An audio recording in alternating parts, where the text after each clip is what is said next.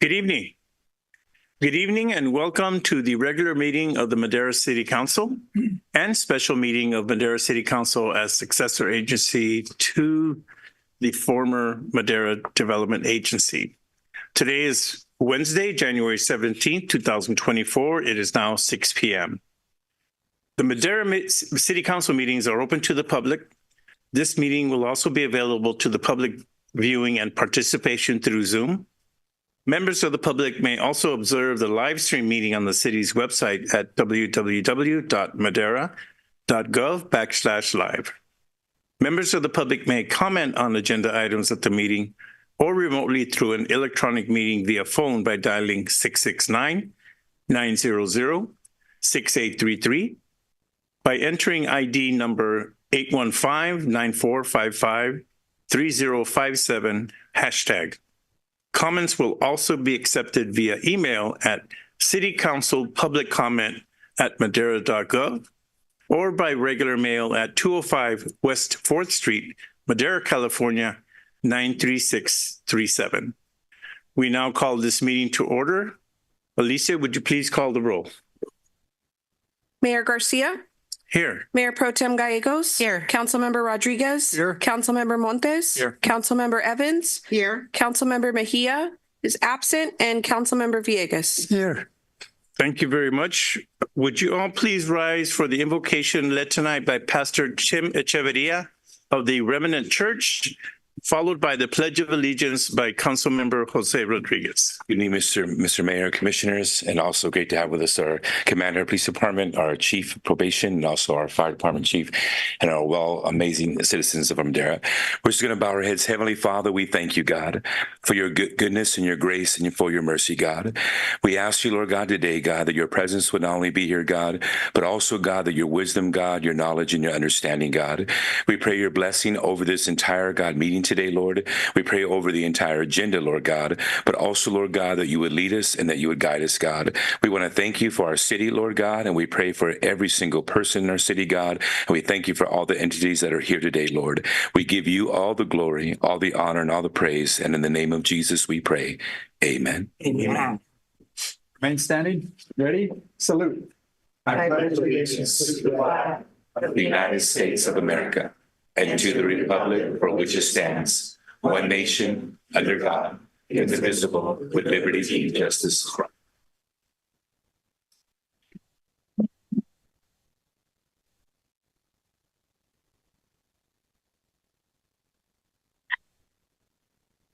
Thank you very much.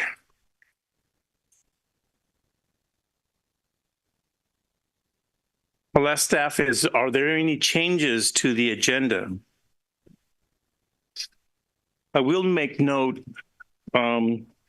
Jason, if you will, we are going to pull the item under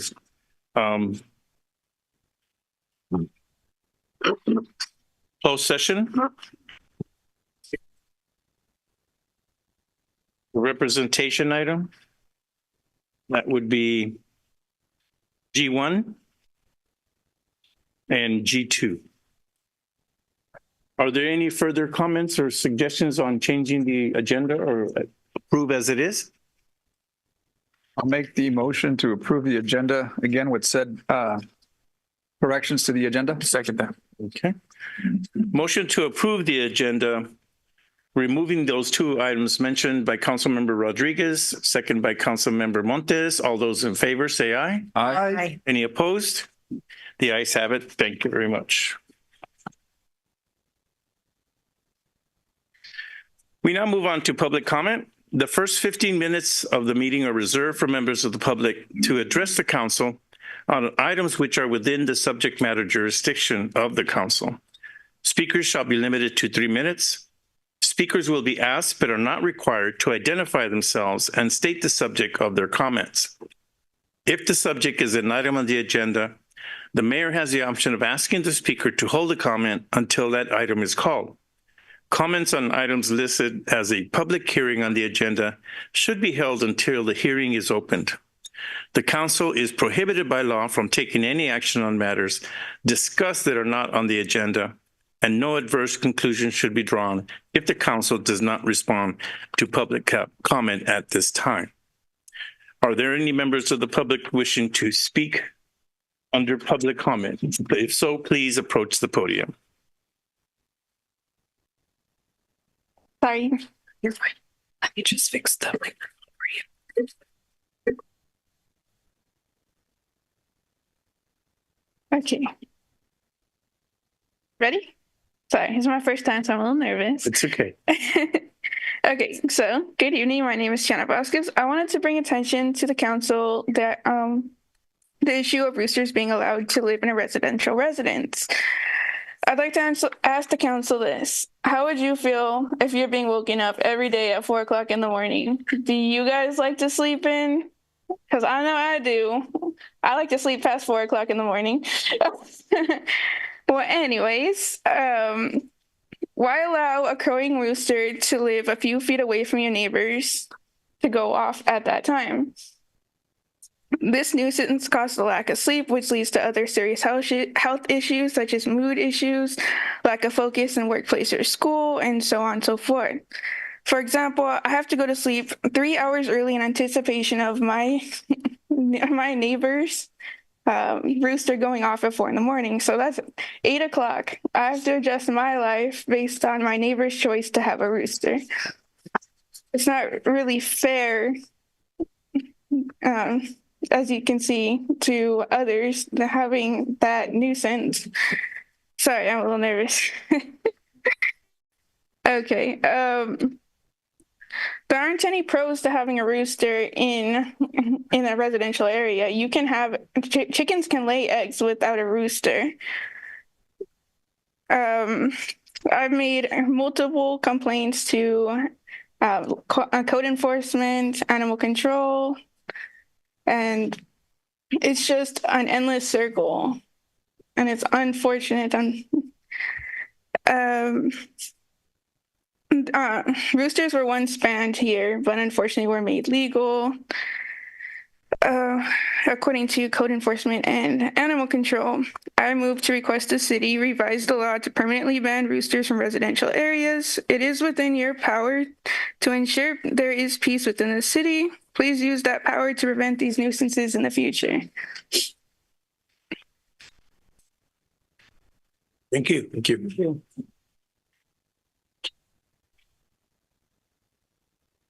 Hello. Hi. Hey there. Hi, Miss Evans. I ran into you at Walmart right before Christmas. Do you remember? And I wanted to express something to you there at Walmart, but I didn't. But I'm going to express it right now to you. I wanted to thank you for sharing your story with us about your daughter. Thank you. It really moved me, and I wanted to say how sorry I was. But at the time at Walmart, I didn't think that was the proper time. So I just wanted to tell you now, thank you for sharing. I have compassion. I had compassion for you. So it moved me. It touched me, and I'm sorry. So as you could tell, I'm a little nervous too. Oh, there's a lot of people here. Okay, so this time I brought me some little cards because I wanted to stay in focus, because the last time the mayor kind of rushed me along, kind of forgetting about the 3 minutes rule. But that actually got me started on my little venture here.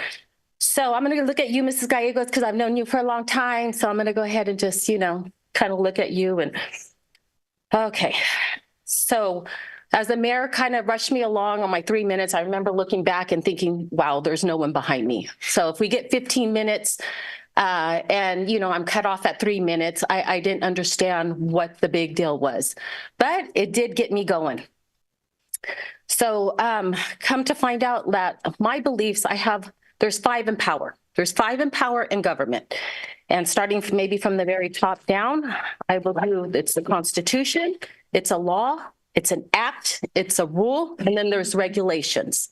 Then I'll go from the bottom up. There's the rules, the regulations, the acts, the law, and the Constitution.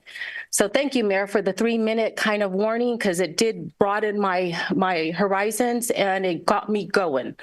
So I'm not going to come up here and pretend that I know what all of you guys are up to. I really don't. This is a beast. Our government is a beast. So I'm dipping my toes in there and I'm going to come out, because one person can make a difference. So from what I've gathered, the Legislative Assembly creates the acts, okay? So I'm going to go down from the Constitution to the acts, okay? And then our state government has the empower to frame our rules and regulations.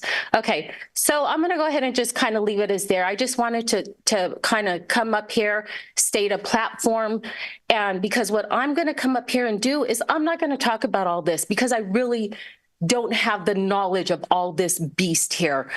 So I'm going to come up here and like this beautiful young lady, I'm going to talk about roosters. I'm going to talk about things that are happening in my life personally that affect a lot of people. So let's see. Am I at my 4 minutes? Oh, I have two. Okay. Well, it looks like my time. Thank you very much. Thank you very much. I really appreciate this time. I do have one question though. If I'm able. Excuse me. Uh-huh. Thank you very much for your time. Okay. You're welcome to come back at a later date. Uh-huh. And come under public comment. Thank you, Mayor. I appreciate it. I'm going to go look into more of my rules and regulations and my 3-minute rules, and let's see what we can do. Thank you very much. I appreciate it. Good evening, everybody. My name is Omer Javed. I work in financial services, but I'm here for the Madera Islamic Center in the community. So in the news, we haven't been hearing too much about Palestine. So I just wanted to remind everybody about what's going on there and what some of the current numbers are. So far, 32,000 people have died, half of which are kids. That's about 100 kids that have died for the last 100 days. Of those people, there are also an additional 60,000 people that are critically injured, meaning that if they don't get the proper medical attention, they're going to die. These people have lost limbs, hands, feet, you name it. It's a modern day genocide and Holocaust. We're all God-fearing people. God wouldn't want this to happen to any of his people. For those reasons, I'm asking for the city of Madera to adopt a proclamation calling for a ceasefire and to end the genocide in Palestine. God willing, we can make this effect because this could be a big change, but it has to start with our small town of Madera. And God willing, then other cities and other organizations will follow. Thank you very much for your time. Thank you.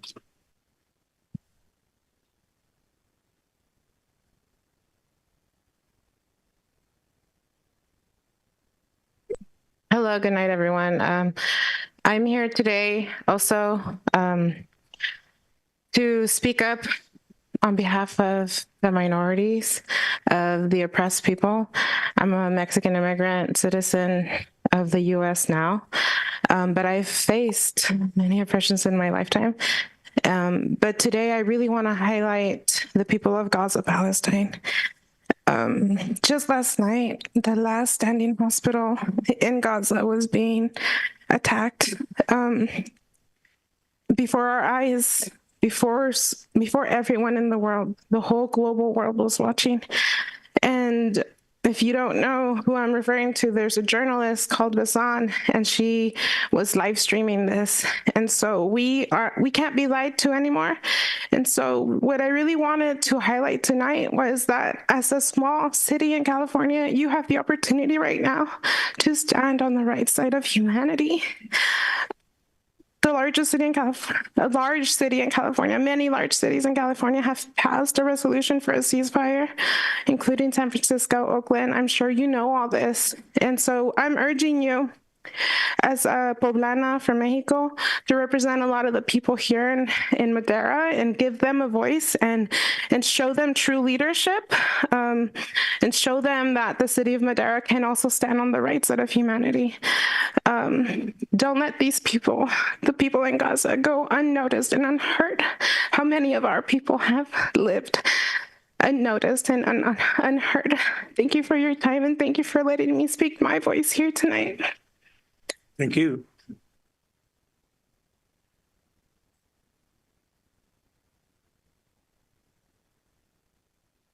Good evening. My name is Yasser, and actually I am Palestinian. I want to thank the people that spoke about Palestine who are not even Palestinian, but they saw what we have been dealing with for over 75 years. It didn't just start in October 7th. It's been going on since before 1948. The difference right now is there is social media and everybody sees what we've been dealing with. I want to thank the gentleman that made the prayer this evening. It talked a lot about God. It says, "In God we trust," behind you. I am yet to meet anybody from any religion that their God believes in killing children.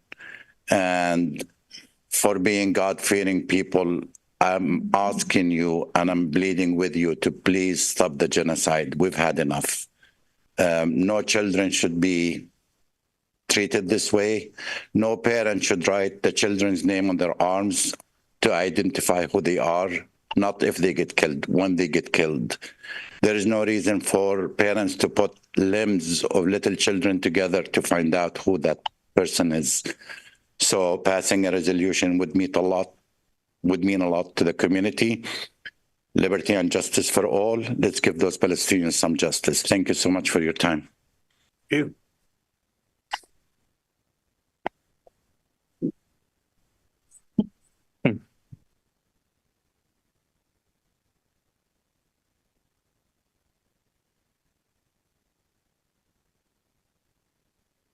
Hello, everybody. My name is Kimberly Farias. I'm a field representative with the Office of Assemblywoman Esmeralda Soria.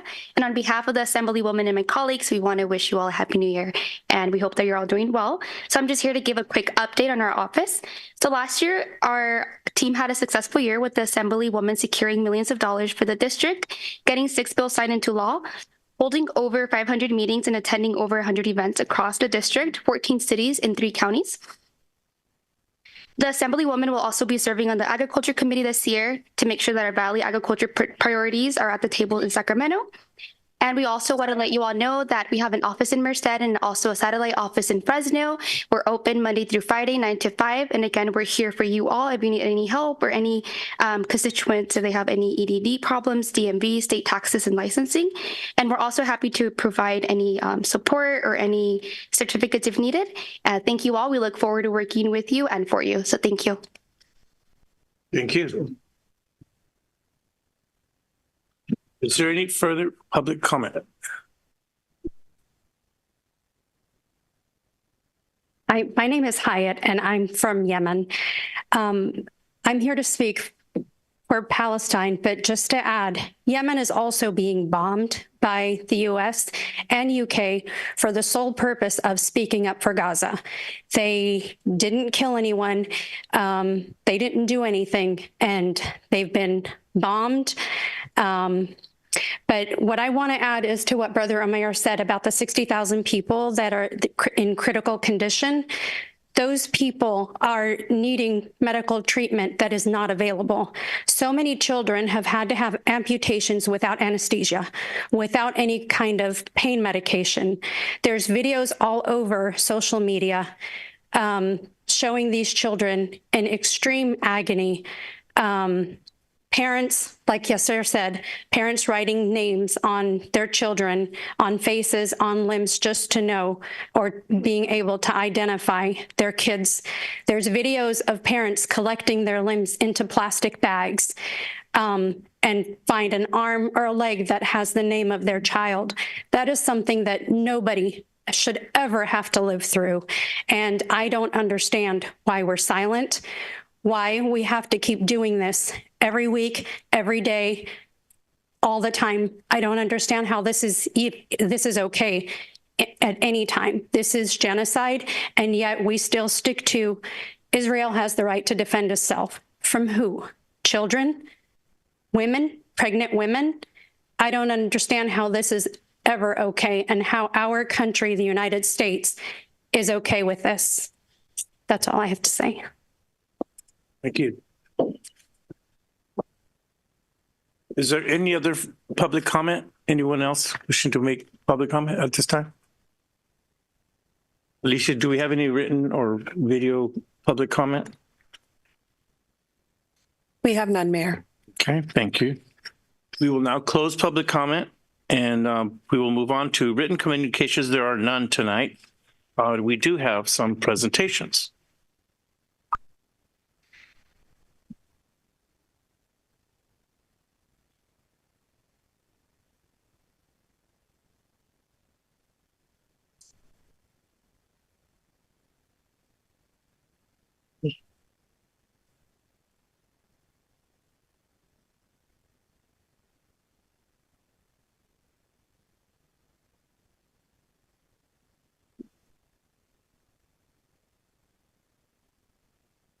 Jennifer, would you please come up here?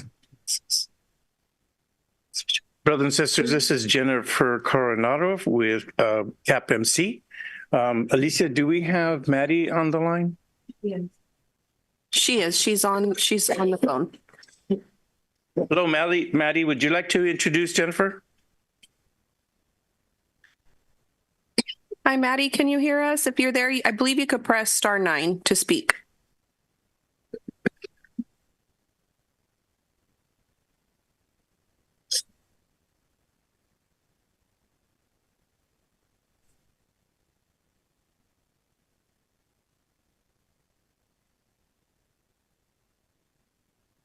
Hi, Maddie.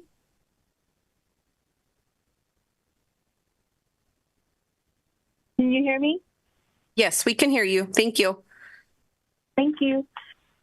Good evening, Mayor, Mayor Pro Tem Gallegos, and council members. Maddie Mendez. I'm sorry I'm not there present. I am in training in Sacramento. I'd like to introduce Jennifer Coronado, our program manager at CAPMC for our Victim Services Department.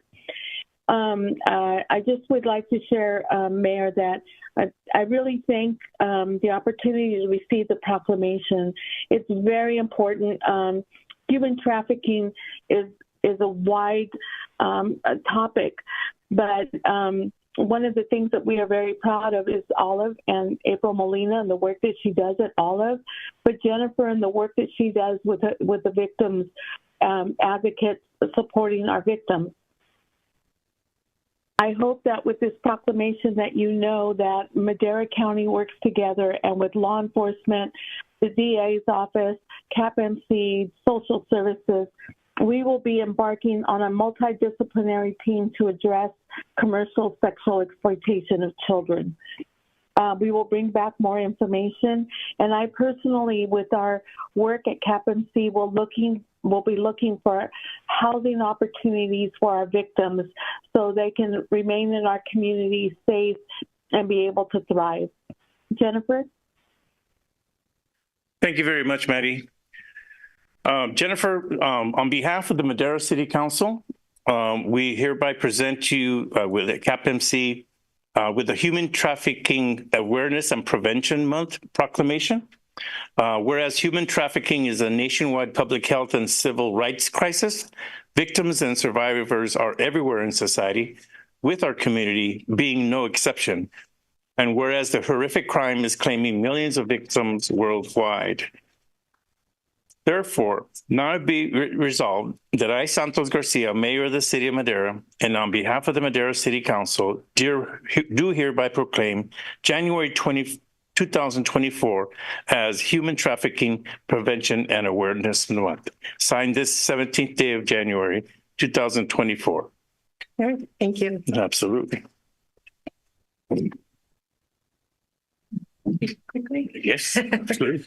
All right. Like Maddie said, on behalf of CAPMC, thank you for recognizing and proclaiming January as Human Trafficking Awareness and Prevention Month. We actually assisted this past year 5 individuals suffering from human trafficking. By recognizing human trafficking, you are empowering victims to come forward and seek assistance without fear of being labeled a criminal. By shifting the focus to the problem, which are exploiters and buyers, law enforcement and organizations can effectively combat human trafficking. So thank you. Okay. You can step up here. Well, you guys can. Thank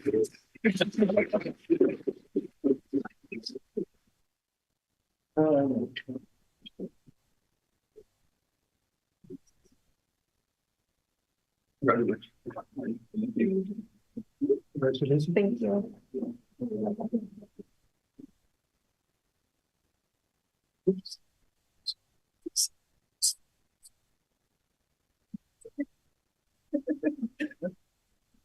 Yeah.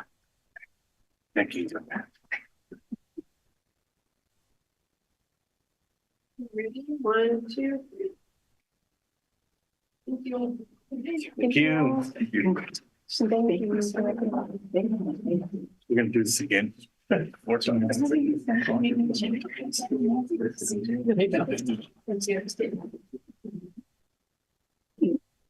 do 4 of them.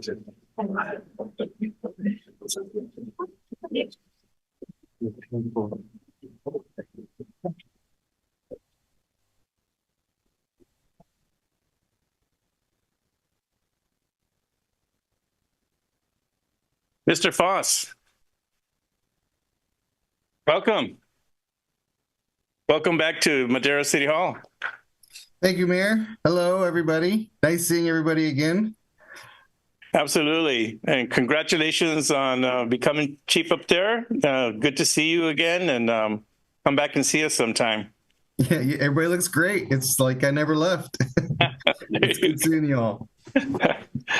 So I'm not going to read the whole proclamation again. Everyone knows Olive and the wonderful work that you do.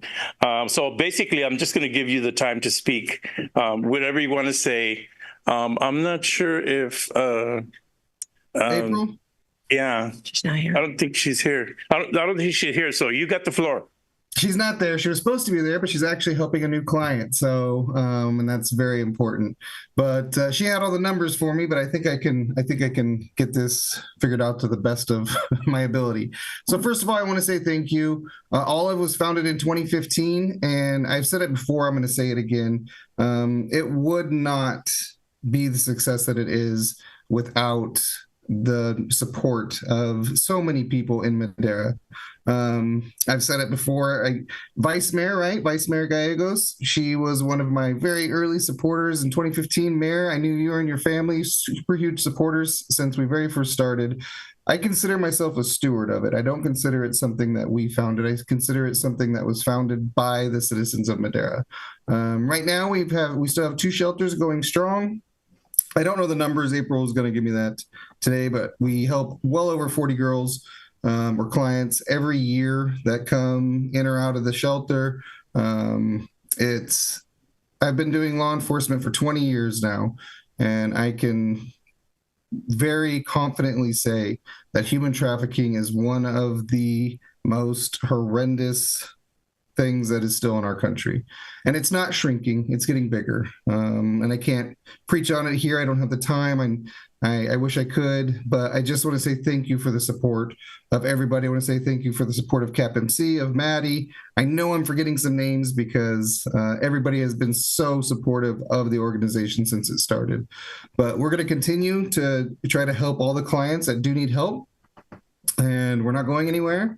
I'm very proud, and everybody here should be exceptionally proud that this is something that's very unique. Right now, I'm in a conference in San Diego, and I went to an agency in Northern California, and from top to bottom of California, I've never seen something like Olive.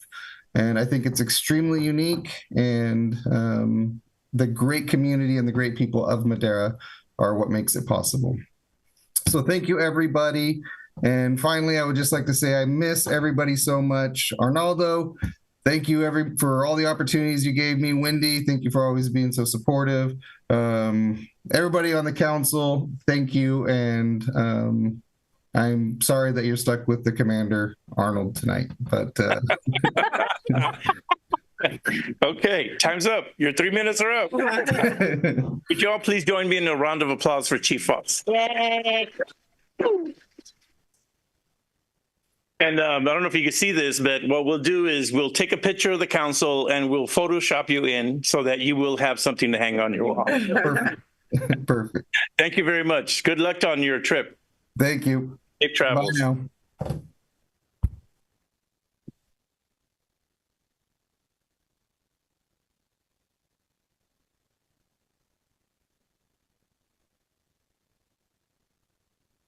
Chief Childers? Yeah, you can join.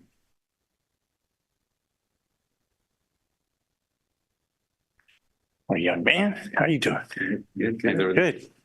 So on behalf of the Madera City Council, this proclamation is on behalf of the National Mentoring Month of January.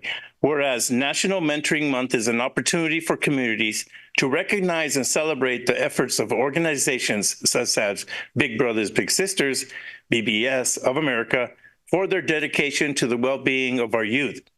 And whereas locally, Big Brothers Big Sisters of Central California, currently serving the Fresno, Kings, Tulare, and Madera counties, was originally formed in 1968 in Fresno, California, and over time has expanded their service area to surrounding counties.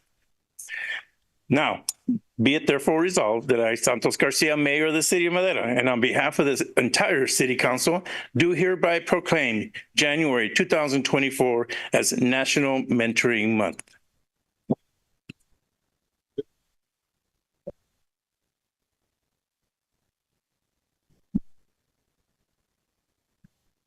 Good evening, members of City Council. Mayor Garcia, appreciate the introduction. My name is Chris Childers. I am a board member of Big Brothers Big Sisters. I'm with me is Lefty Ishik. He's also a board member with Big Brothers Big Sisters. We're also both big brothers in the program.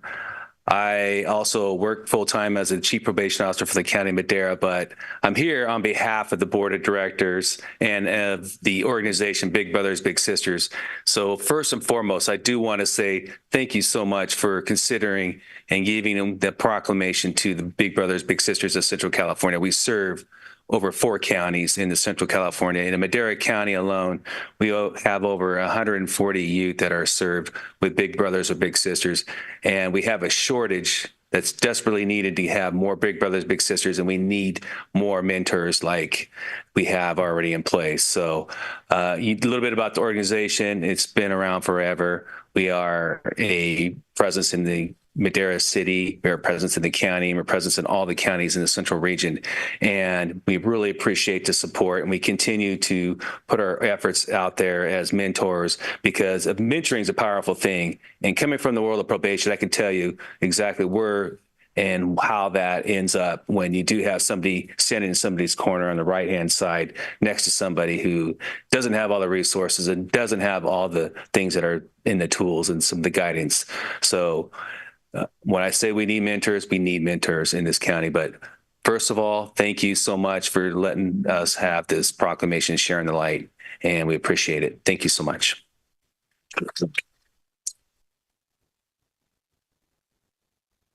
I just want to say thank you. Diane, Xenia, and the rest of the Madera team really put a lot of work and effort in what they do here and all over the other counties. And I just want to say I appreciate the proclamation for the organization. Thank you. Okay.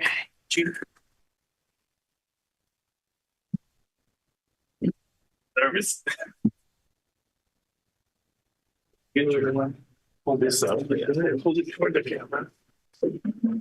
Nice. Made it back. Made it back. What are you doing? Doing good. You got the certificate. You got the goods.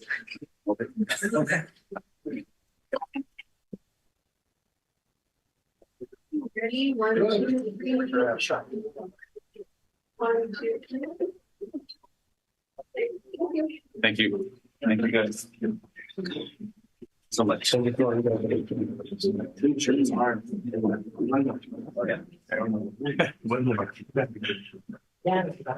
Yes.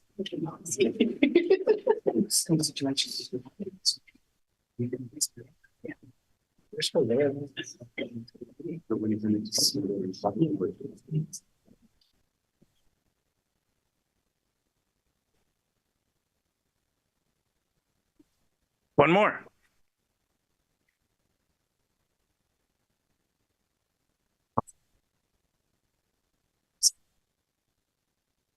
Madera, would you please join me?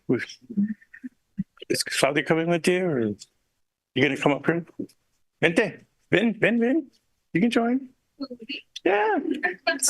We're all a family. Might as well get Detective Mafia. Well, you could just get him up here too. Sure, come on up.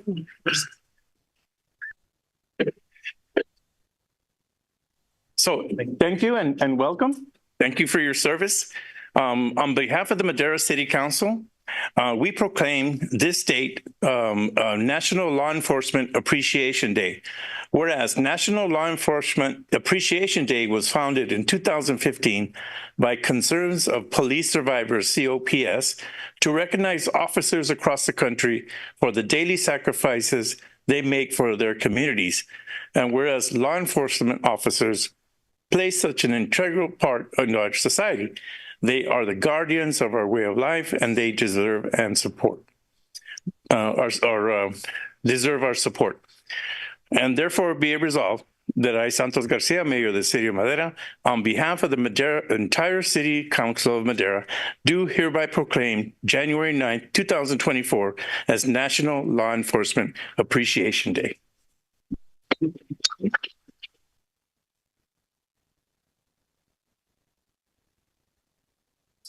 Absolutely. You know, I'll just say that we're all blessed in different ways. In the city of Madera, we are blessed to have a city council and a city manager that support law enforcement. I think even more importantly, we're blessed to have a community that believes in the mission and legitimacy of law enforcement and supports our mission, which is ultimately to serve you all. And I'm blessed as a police leader to have people like Claudia and people like Detective Maciel who execute that mission with exemplary skill, restraint, and maturity. And I say all the time, to be a police officer, you should be the most mature person in the room because of the power that you wield. And there's no doubt that we have that at our department. And, you know, probably also with us should be Chief Childers. There's no doubt that we have that in our partners in the community of Madera, in the greater law enforcement brother and sisterhood. So thank you all very much.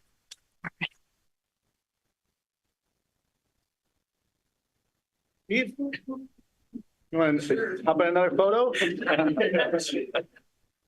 Can never have too many photos. No. Thank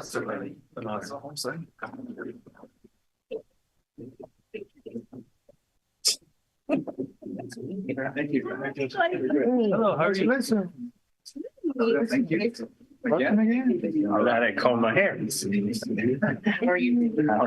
I'm hobbling around. He's inside. They were sideways, bro. Okay, ready? 1, 2, 3. All right, got it. Thank you. Congratulations. Thank you, Commander.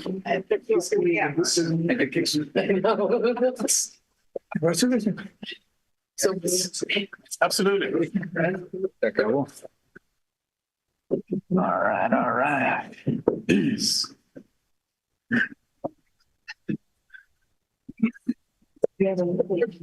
No.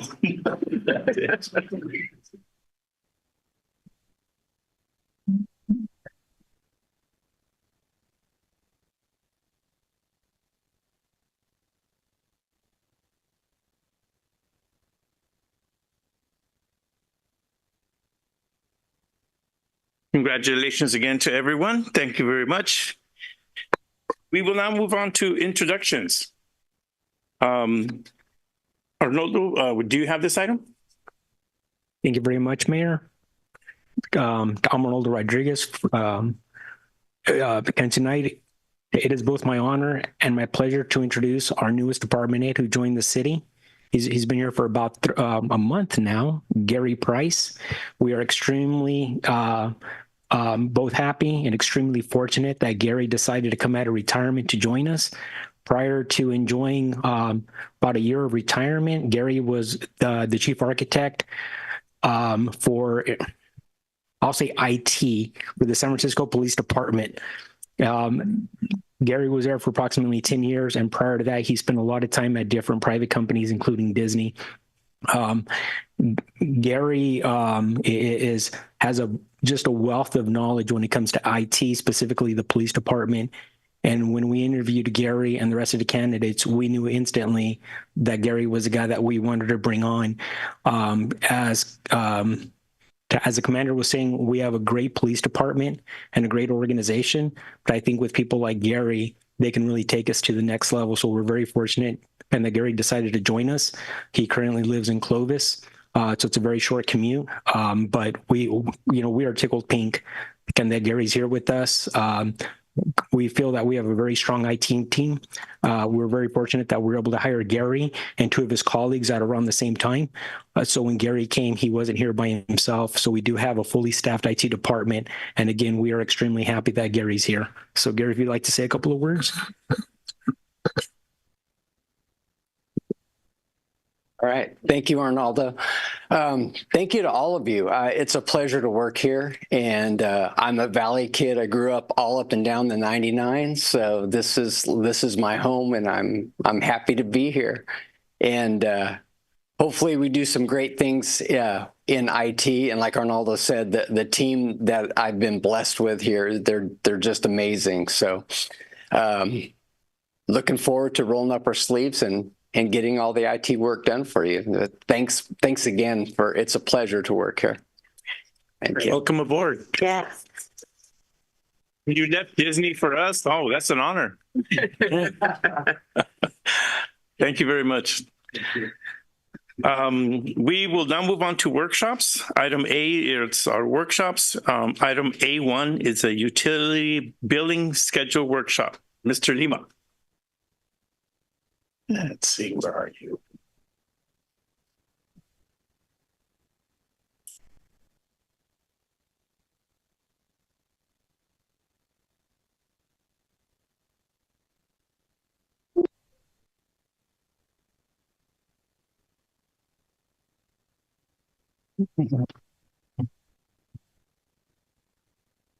Yeah, I don't know.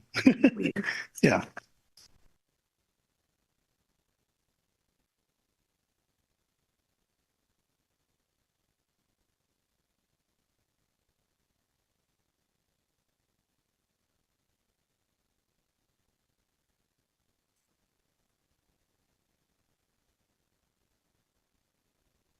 Okay. Good evening, Mayor, Council. Mike Lima, Director of Financial Services. As this is the first meeting of the year, Happy New Year to all of you. So tonight we start with a bang, the utility billing schedule. And so let me tell you about the current state of walk-in payment process that we have. Right now, the city of Madera has 16,000 utility customers. Of those 16,000, about 4,500 come to City Hall every month to pay their utility bills. For a while, as you know, City Hall was closed with COVID or because of COVID restrictions. Everyone found other ways to pay. We thought that maybe they would continue that. They have not. They come right back and are back here at City Hall. And right now, we have our utility billing division consists of actually 5 positions. We have 2 vacancies at the moment. So right now we have 2 accounting technicians and a utility billing supervisor. So we're down 2 positions at the moment. Sometimes, so the 2 technicians usually man the front desk, and then the utility billing supervisors handling phone calls and other issues that are going on. If it is busy, the utility supervisor will step up to the 3rd window and open that and handle customer lines. If it gets really busy, like on the 25th of every month, then we have other employees in finance that we bring from other areas to staff. We have 4 counter areas in total. We have all these employees working that, as well as a supervisor answering calls or doing other things that are associated with paying bills. Oops, where are you? Come on, there I am. So just to kind of give a picture of what it's like on the due date, I have a short video here. I promise you it is no more than 1 minute long. So here we are on January 2nd, 2024. It is the due date for utility bills. This is the front counter. And now let's go take a look at how long this line is. We're going to go back here. So we're going to go here. You can see we've got a couple of people waiting outside. And now it starts going down this hallway. And it goes right down through here. Oh, wow. Now it keeps going and going, going,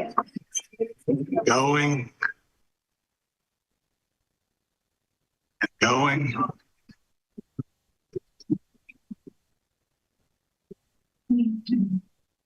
And here we are at the end.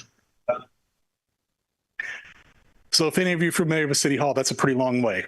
and that's a pretty long line. That was taken about 1:30 in the afternoon. I can tell you that on January 2nd, that line didn't decrease very much until we closed at 5 o'clock. It was about that length the whole day. It was coming off of a holiday, but still, that's not an uncommon thing on those days. So how does that impact the customers? Well, it's not uncommon for them to wait an extended period of time.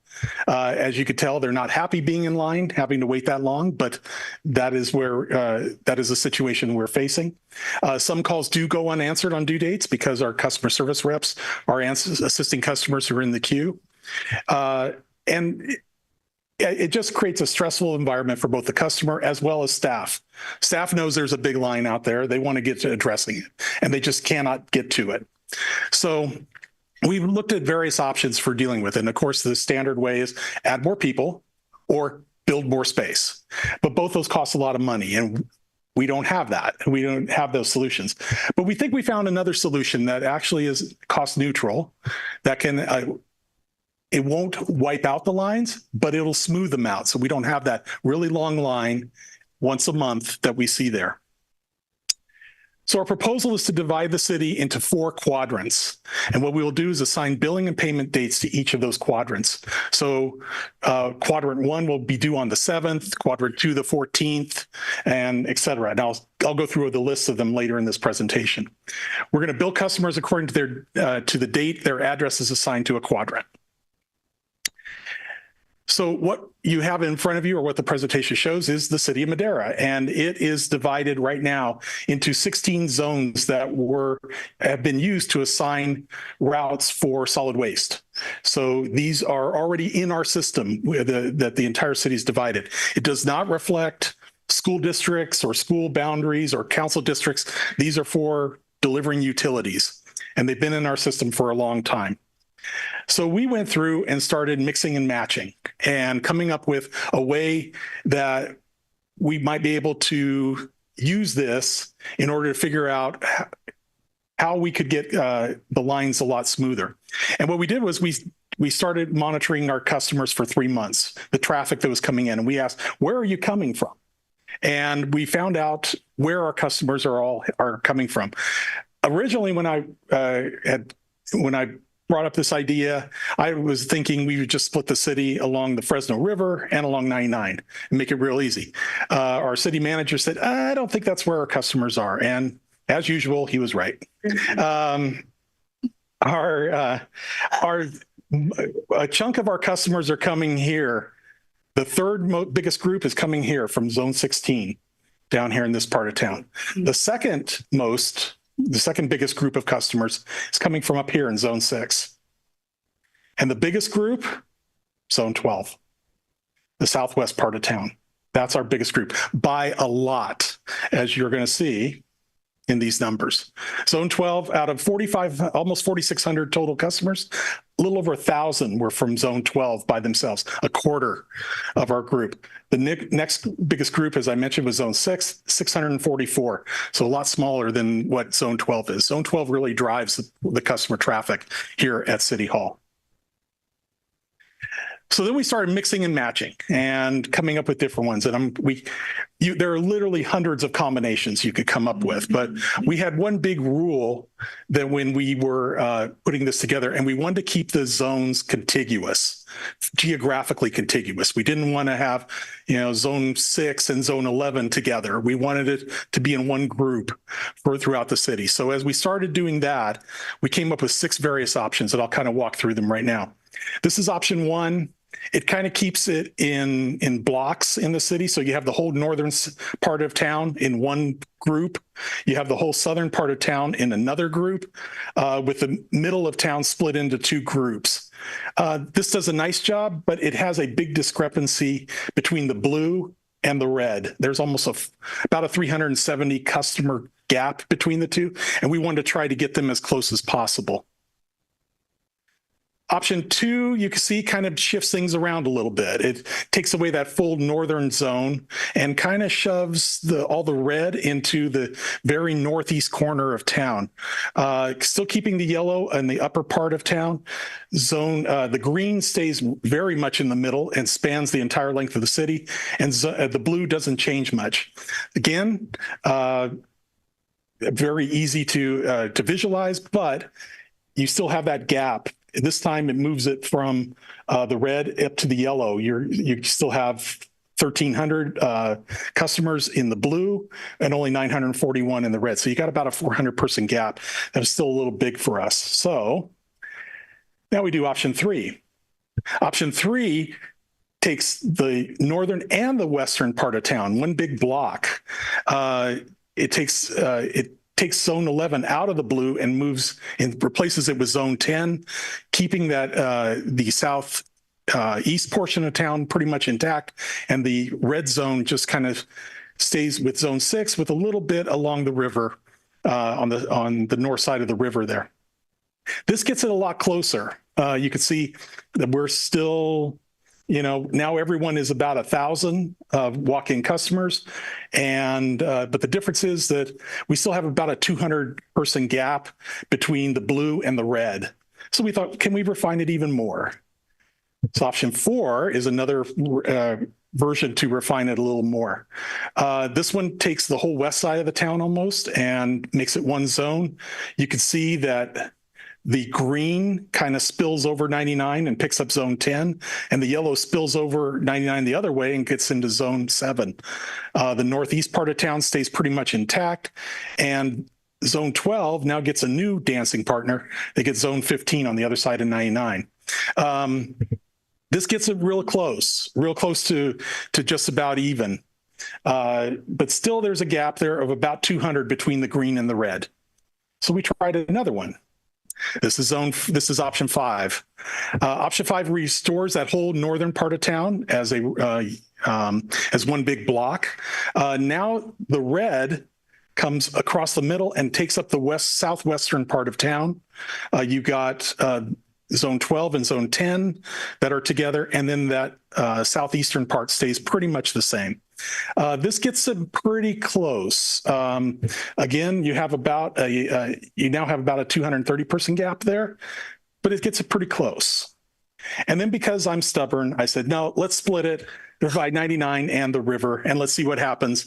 And it didn't work very well. You notice zone 1 has only 661 customers. The yellow has only 661 customers. The red and the blue have over 1,300 each. It really doesn't smooth out the lines very much. So after a lot of internal discussions, what we are recommending is that we go with option 5. Option 5 would take the northern part of town as one big block. You would have the middle and then the western portion as another block. You'd have the southwest as a block in itself, and the southeast as a block onto itself. So assuming that these are implemented, what would happen is that the yellow would be billed on the 14th. Their payment date would be the 7th of the month. The red would be billed on the 21st with a payment date of the 14th. The green would be billed on the 28th with a payment date of the 21st. And the blue would be the 7th with a payment date of the 28th. We deliberately chose blue on the 28th because they have the most customers, and that is the closest date to the 25th. So they would have the least amount of impact on their for paying their bill. So, we modeled it and we had a lot of fun, creating colorful maps, but, does this really work, or could it possibly work? We have a math whiz in our department, Richard Gracia, who's kind of like, well, let's see if I can build a math model doing this. And so what he did was he looked at the days when people come in and they pay. And so between the 1st and the 8th of the month, we get about 11% of our customers come in to make payments. Between the 9th and the 15th, we get 23%, 16th to the 22nd, 30%. And then the end of the month, from the 23rd to the end of the month, we get 36% of our customers coming in. That's how it's stacking up right now. If we take those same percentages and apply it to the groups that we've created, here's what happens. You could see the percentages go flat. 24, 25, 26, 25. And the difference between your biggest one, which would be the 16th through the 22nd, and your smallest, the 11-17, is only 58 people. So we're expecting the lines to really smooth. As long as people's behavior doesn't change, we feel mathematically it will work. So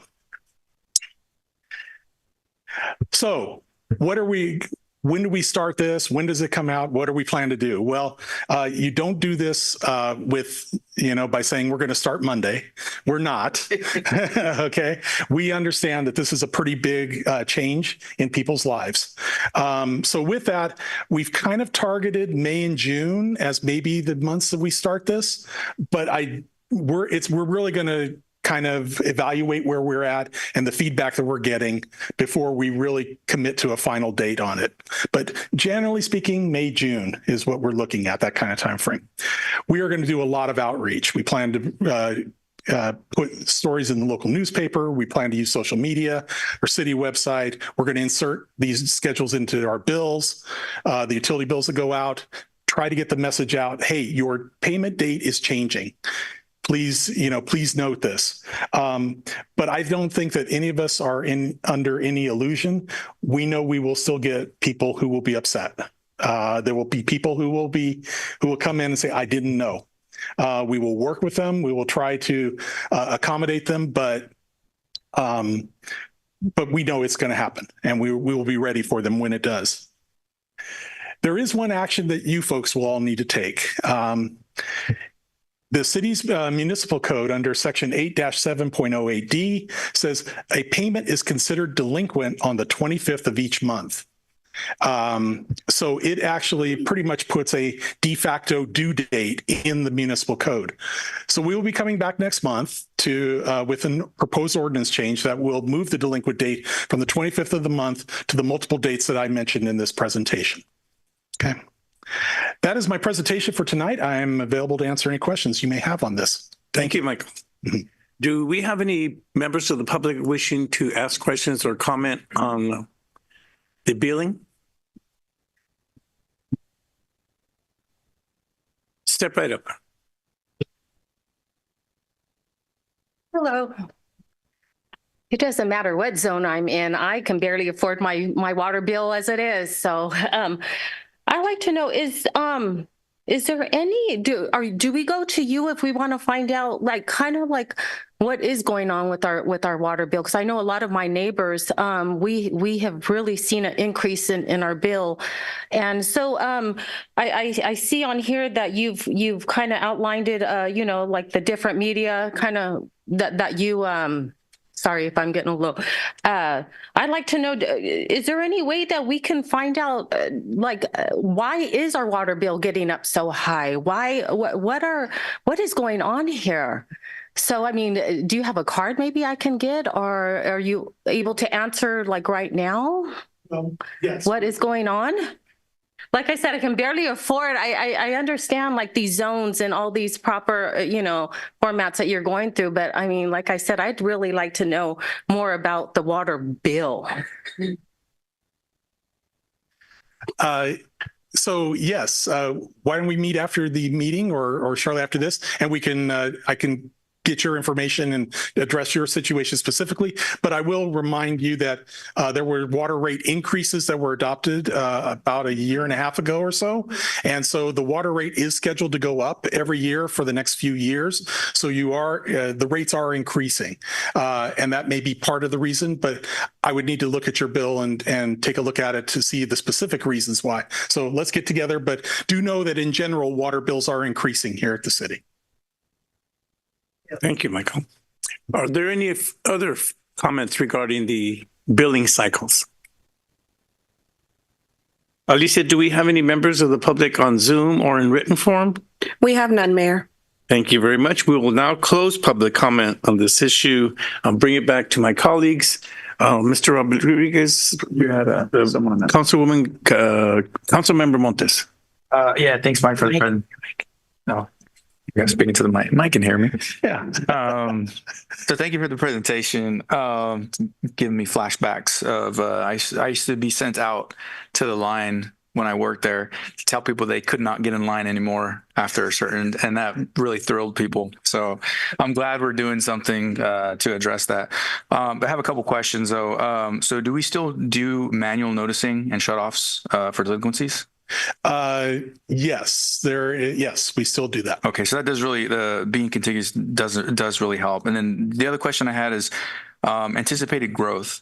So option 2 looked like that had the kind of the best option for anticipated growth, because I think that's where we're going to go. It was the northwest quadrant would have been the lowest, so it can accommodate more growth. Is that something that we're not really worrying about right now, or we have enough flexibility to kind of change things up or, you know, shift things around? Because I'm assuming we want to stay contiguous, and all of that'll be a newer neighborhood. I don't know if trends kind of follow age of homes, things like that. I'm sure the math was probably got into a bunch of different things, and you know, I'm just curious though. Yeah, you know, good question, because we did look at that, because we thought, well, maybe we'll keep one of the yellow sections deliberately low because that is an area of future growth.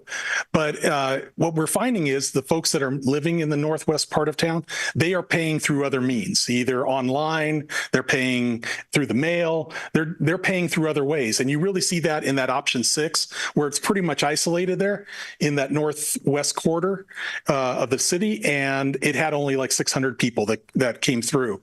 So if the growth continues to occur there, we think that the customer that will move into that area will probably be paying through other means other than coming to City Hall. They may come on occasion, but they're not going to be the regular customers that we're seeing in other areas. Okay. I mean, that answers the question. That makes a lot of sense.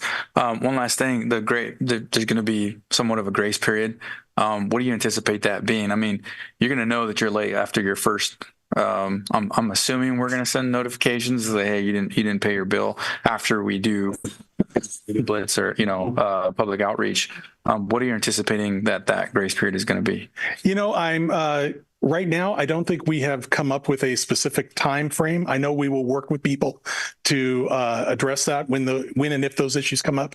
But at this point, I don't think we've defined a specific grace period that we're ready at this point to announce. All right. Thank you. Councilmember Rodriguez. Thank you, Mayor. Mike, thank you again for your presentation. I did have a question in regards to there's 4,577 clients that come through City Hall. Of those, what is the form of payment that they utilize? A lot of them are check. Okay. They're coming with checks. We do get some cash payments and we do get some credit cards, but a lot of them are checks that are coming in. So do we have like those numbers by any chance? For example, people that pay with cards? I don't have them with me, but we do have them, and I can provide those to you after this meeting. Yeah. Only because when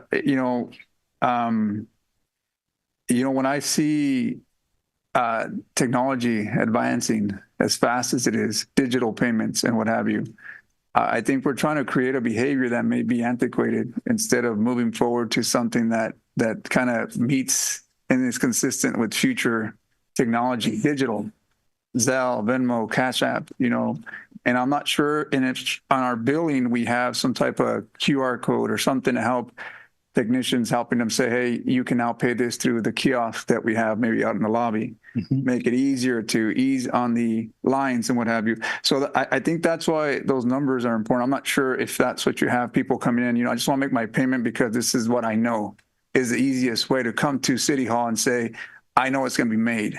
But if there's different methods for everyone. I'm sure we have a site we offer. Yes, we do. Well, there's an online payment portal. Yes. And then there's credit card or something like that, right? So, that would be my recommendation, is also to kind of look forward to how the future looks, with advancements of, even digital currency, digital payments. It seems like everything that we're doing now is at the palm of our hands with phones and Apple Pay, and all these forms of payment seems to be out there. So at some point, I think we need to adopt something that makes it easier. So those numbers are not going to be important to me. I think they're more important to your staff or to your people, knowing how can we facilitate these lines and make it easier. You go to the grocery store, they have these check-in lines already. You want to bypass through all that. I know there's folks that like to pay check, they like to pay cash, and you're going to have those, but we don't know if is that half of them, a third of them? And maybe we can accommodate and use our resources to help them, and speed up those lines. But on the other end, we can create a behavior that can help people facilitate their payment methods. And I know it's tough for people. So the next question I was going to ask you is, our current billing date, is it the 1st and due on the 25th? Yes. Yeah. Okay. And then what does that do to accounting? So if we wanted to know, hey, we've accounted for this much money for this month, we won't know until when, because you have these quadrants. No, it wouldn't impact it because, again, we're finishing before the end of the month.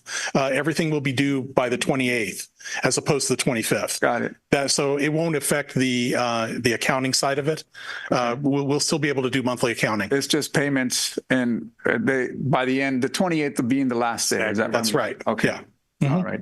Well, those are my 2 cents. I just wanted to give those out. But thank you again. I think the presentation is great. I'm glad you guys were able to get those numbers.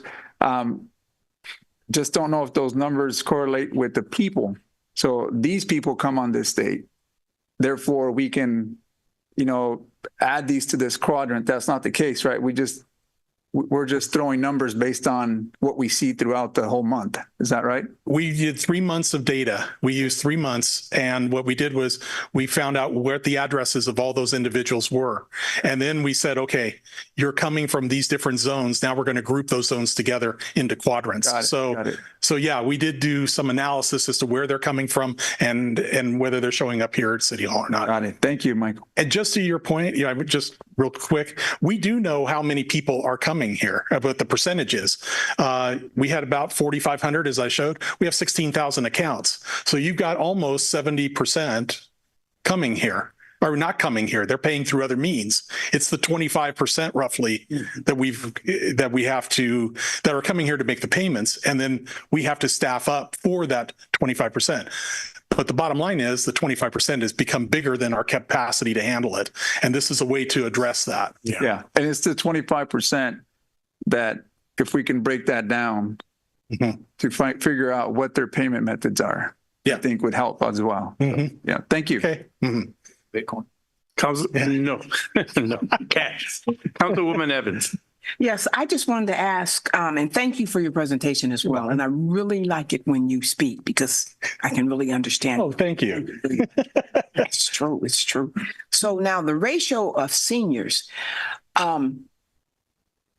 for me, I'm okay with, the technology as it goes.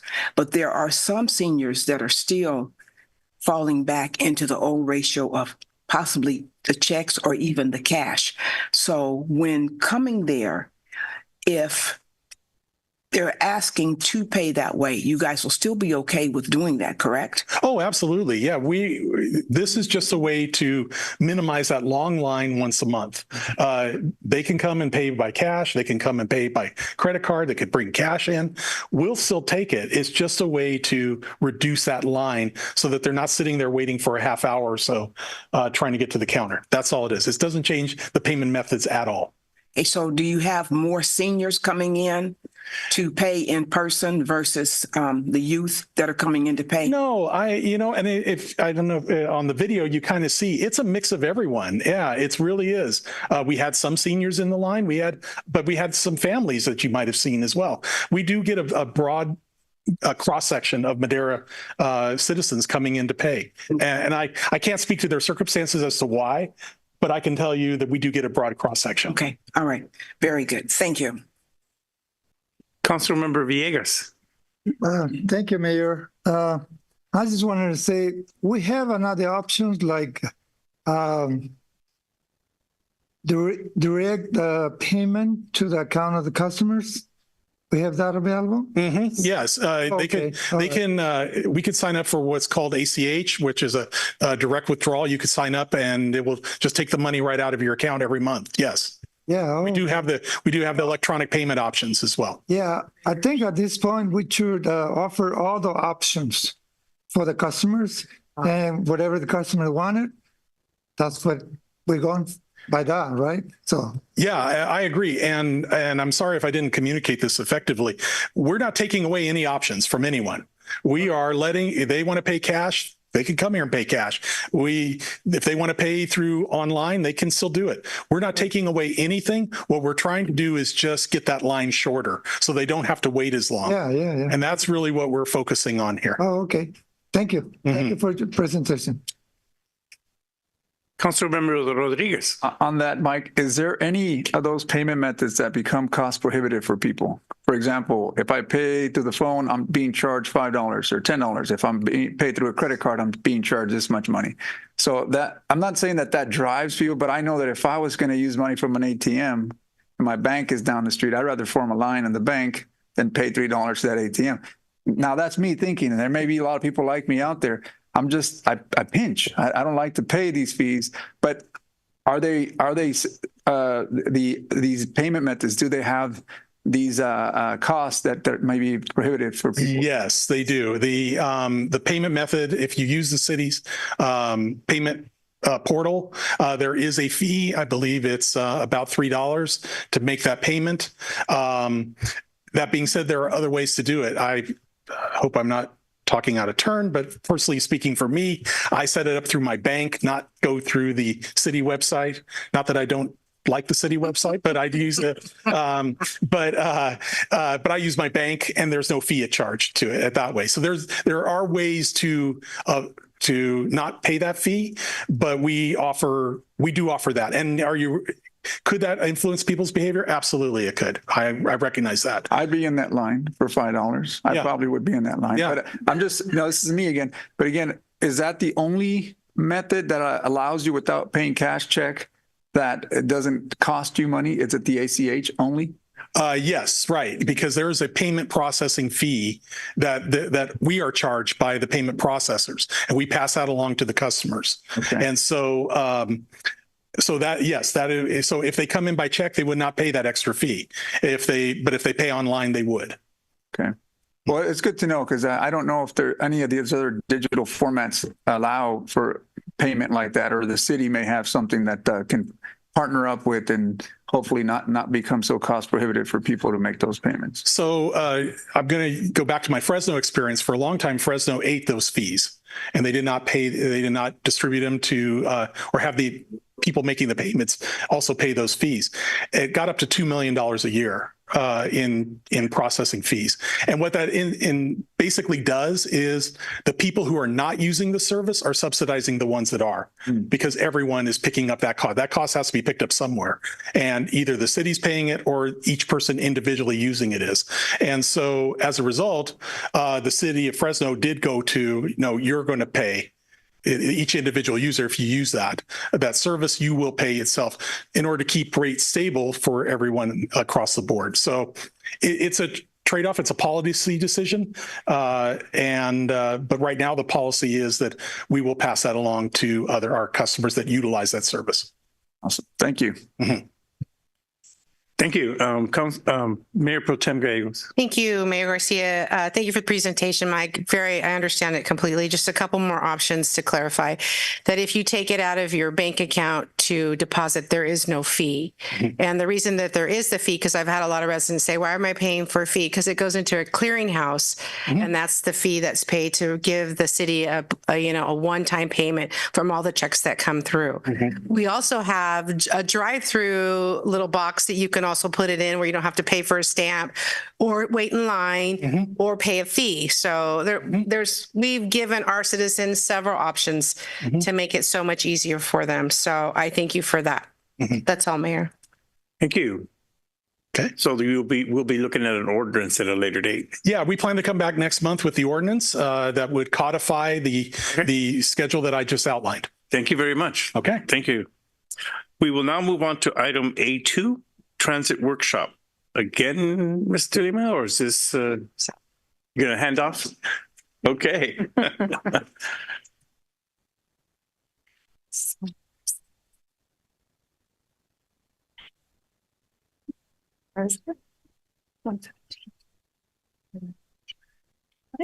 can see him in your permits. I guess.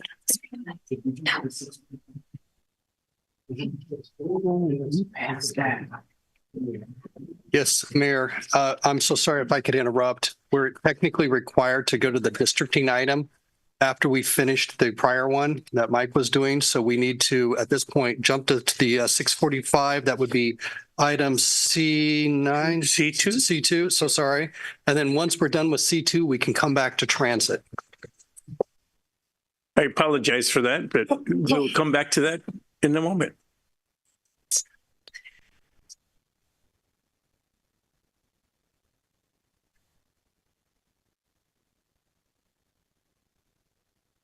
So this is item C2, public hearing number 3 for updating of city council members' district boundaries for annex property. Good evening, Mayor and Council. None of us were watching the clock. I was not expecting to be up here right now. 3 minutes are up. 3 minutes are up. Good evening, Mayor and Council. This is public hearing number 3 for updating of City Council member district boundaries for annex property. This report is going to be very similar to the previous 2 that you've heard for this item.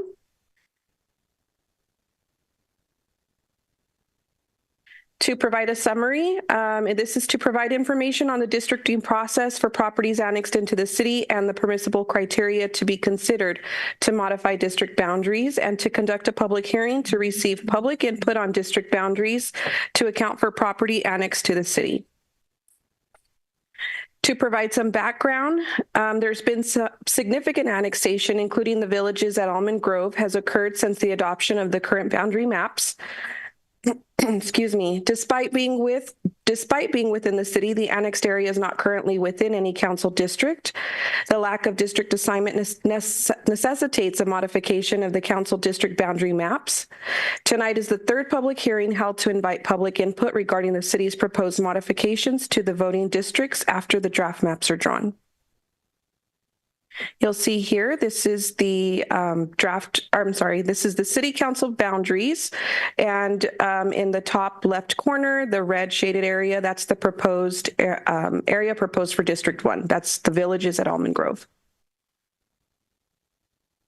Mandatory criteria for this item: any annexed property must be added to the nearest existing council district, and no other changes to existing council districts may occur.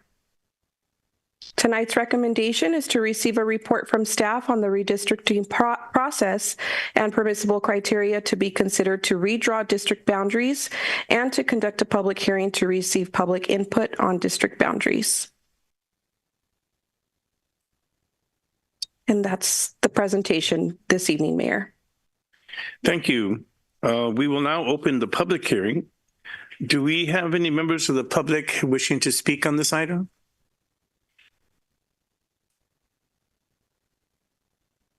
Lisa, do we have any written comments or Zoom comments? Anybody wishing to speak on this item? None received, Mayor. Thank you. We will now close public comment on this item, and I will bring it back for discussion from my colleagues. Any questions or comments? And Mr. Mayor, this is a non-action item at this time, so we can go back to the transit if you're so inclined. Thank you very much. We'll close this item out and come back to the transit item.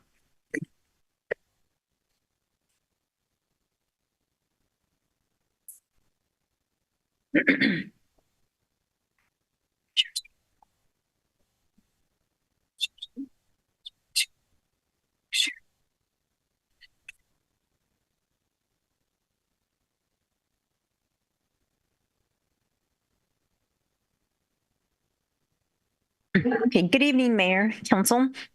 Tonight's presentation is on it's a transit workshop presentation.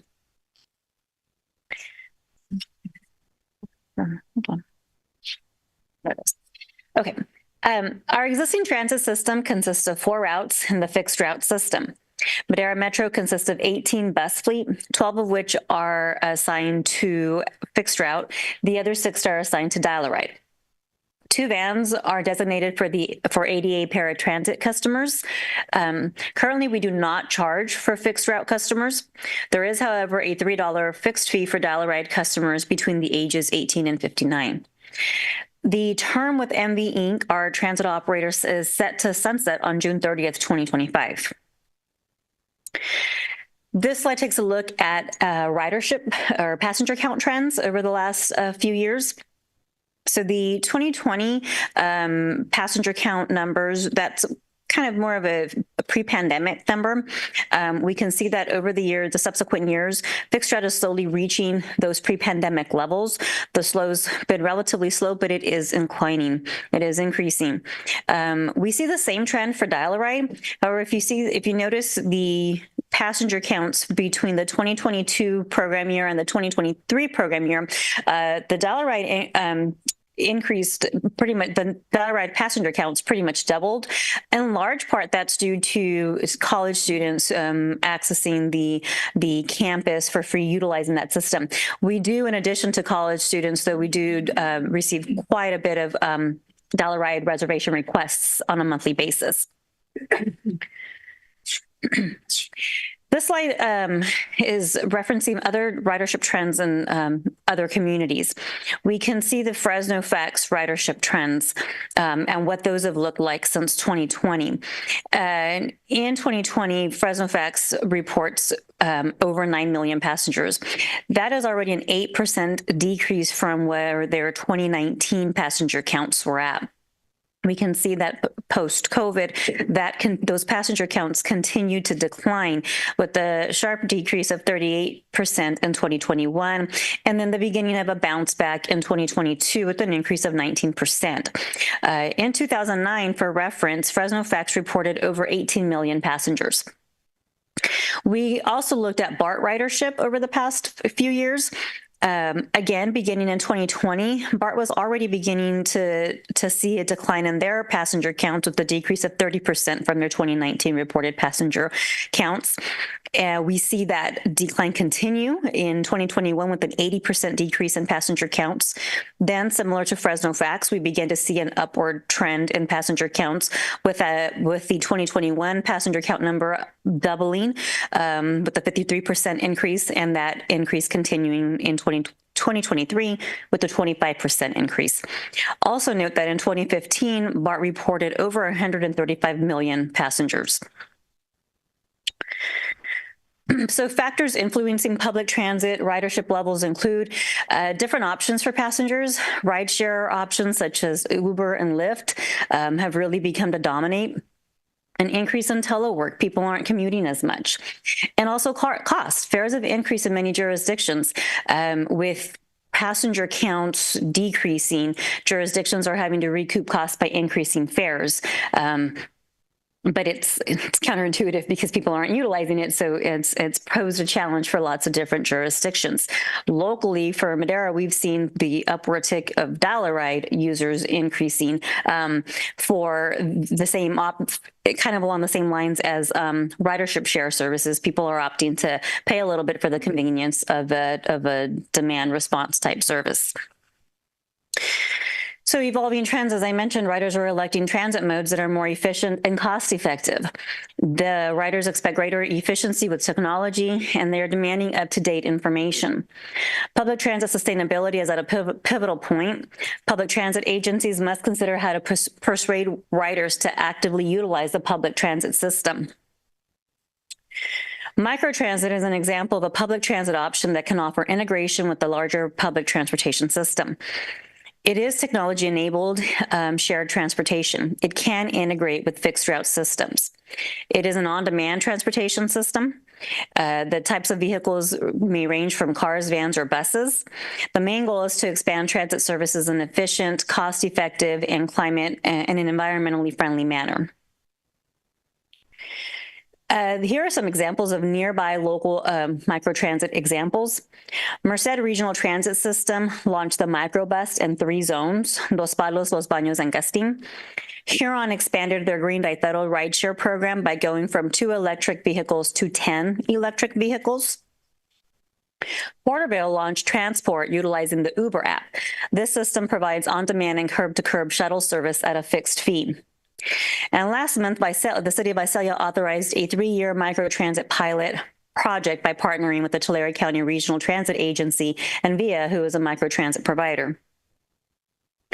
Potential benefits of a microtransit system include flexible schedule, and it may accommodate riders whose schedules don't fit into a fixed route system.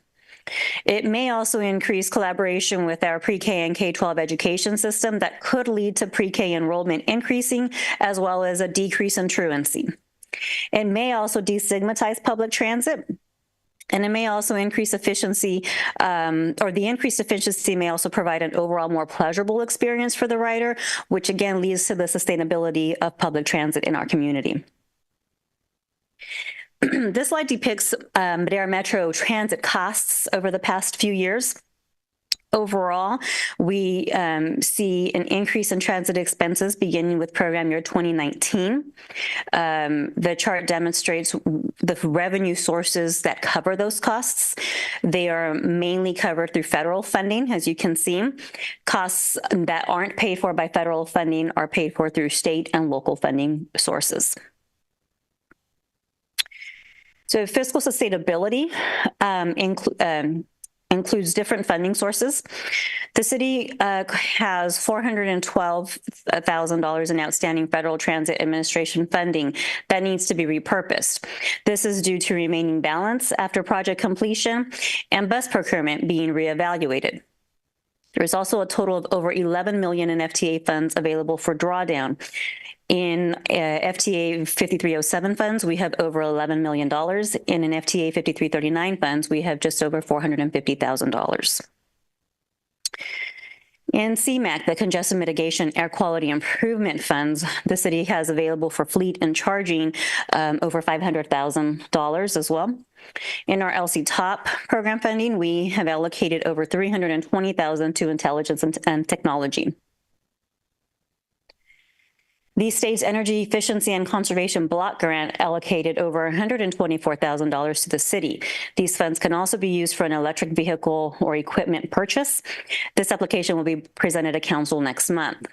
In partnership with Madera County Transportation Commission, the city is in the process of requesting $500,000 of SB 125 transit and intercity rail program funding to procure electric vehicles and charging infrastructure.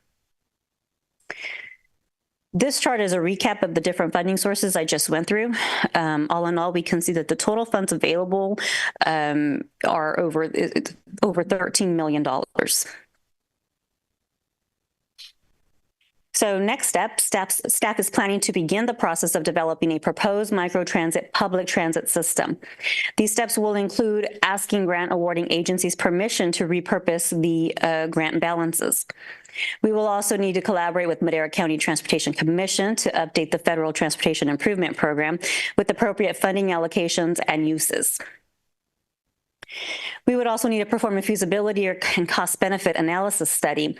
These studies will gather data including popularity and utilization of the service, total miles traveled, popular days, times, and destinations, and the cost per ride. That concludes the presentation, and I can answer any questions. Thank you, Marcela. Are there any members of the public wishing to opine on the transit workshop?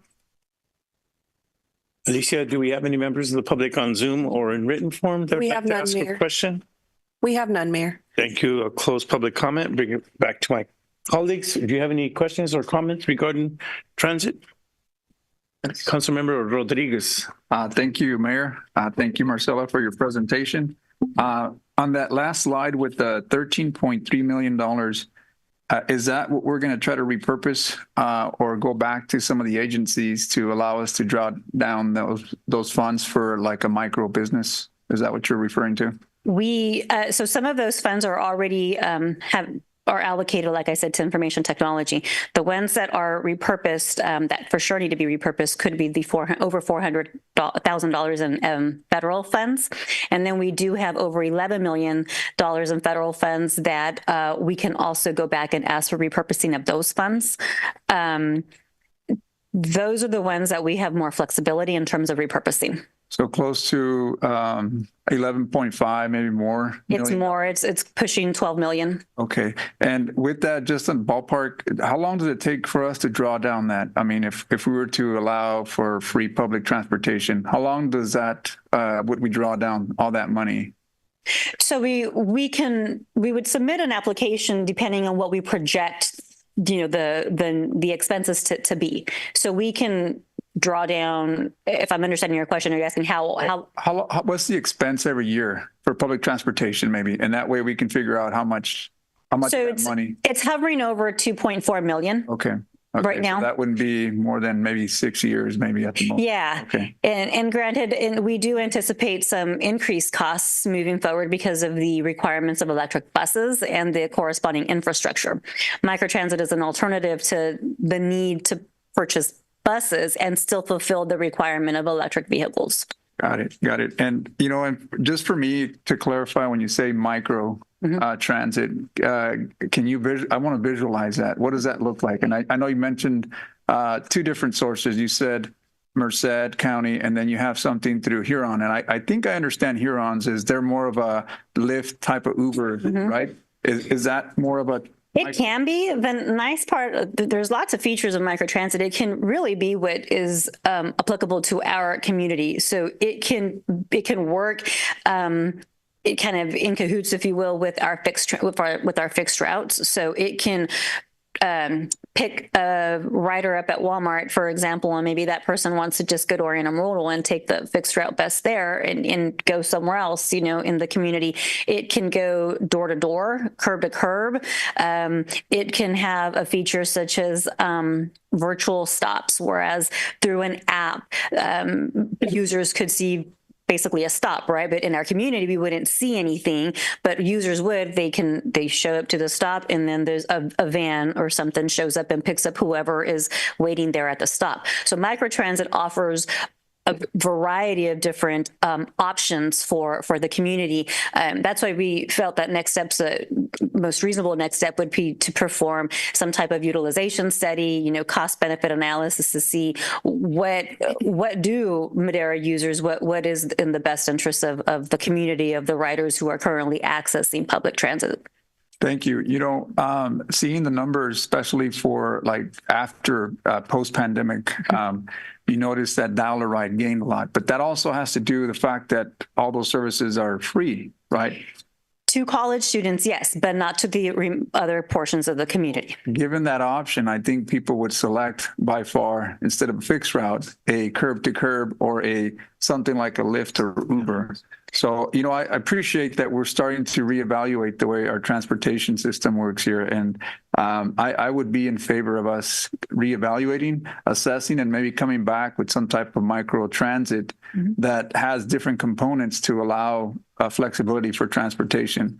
I like you said, I sit on the Transportation Commission, and sometimes I get an opportunities to hear what other counties are doing. And I know Huron's ride deal with Green Ride, I think they have a similar way, but it's gaining a lot of traction because more and more folks are starting to utilize it. And again, it's on demand. You get me here at this time. I'm not having to wait for a fixed bus route. And I don't want to get away from that. I think it serves a purpose, but seeing the numbers. And it's infused with technology, which I know is something, and so it's that demand. It's the demand from the community to know where their bus is at. Is it on time? How long is it going to take? That aspect of it. So microtransit really allows that opportunity. Yeah, and not to disregard that we just spent time and money in establishing our new fixed route, going through a process that took a lot of time. I know in your department, and then this body having to approve those fixed routes. But I think as times are changing and behaviors are changing with how transportation, you said something very important, is what is what's the image that people have with transportation? Why is it that they're not having to ride it anymore? And you see it more often. So, all right. So it's not like it was decades ago. Now people just have the available means of getting somewhere through other forms of transportation. But thank you. I do look forward to seeing whatever plans we have available that are similar to the surrounding counties. Sure. Thank you. Thank you again for your presentation. Thank you very much for that presentation. The only thing I would ask is, do you have a timeline to maybe give us a update or a report in the near future or the future on the rollout of the new transit lines? Do you have an idea of when that would be happening? How much time do we give that? We don't have an established timeline yet, but what we are working off of is the fact that our existing transit operator contract is set to expire in June of 2025. We are not, there is no option to extend that contract any further. And so staff will need to put out an RFP to request a new operator. So that we are able to do that effectively, we need to understand what the needs are in the community. And if we are going to shift the type of public transit system that we are currently operating, we need to understand what that looks like so that our RFP is written accordingly and that we receive, different, vendors who are able to provide that service. So different service providers who are able to provide the types of service that we would be needing to put out in our community. So we're kind of walking it back from that June 2025 deadline. So we would need to start pretty soon to start, figuring out what we need. That would be helpful. We just rolled it out a couple of weeks ago, so it's very premature to even look at that yet because we don't have any hard data. But at some point, we're going to have to evaluate what those lines, how they impacted our community. Yeah, absolutely. Okay. I don't see any more questions, so thank you very much. Thank you. We will now move on to item B, our consent calendar. Matters listed under the consent calendar are considered routine and will be enacted by one motion and one vote. There will be no separate discussion of these items. If discussion is desired, a member of the public or a member of the council may request an item be removed from the consent calendar and it will be considered separately. Do we have any members of the public wishing to speak on the consent calendar? Seeing none in written or on Zoom? We have none, Mayor, but I do want to address item B9 for the record. The report itself indicates that the event will take place on Saturday, February 18th. That's a typo. It's actually Sunday, February 18th. Thank you very much. I'll bring it back to my colleagues for either discussion or a motion. I so move to approve the consent calendar as presented with correction on B9 from Saturday to Sunday. I second it. Motion to approve the consent calendar by Mayor Pro Tem Gallegos, second by Council Member Montes. All those in favor say aye. Aye. Any opposed? The ayes have it. Thank you very much. We will now move on to item C, public hearings. Item C1 is an annual report regarding development impact fees for the 2022-2023 fiscal year. Mr. Lima.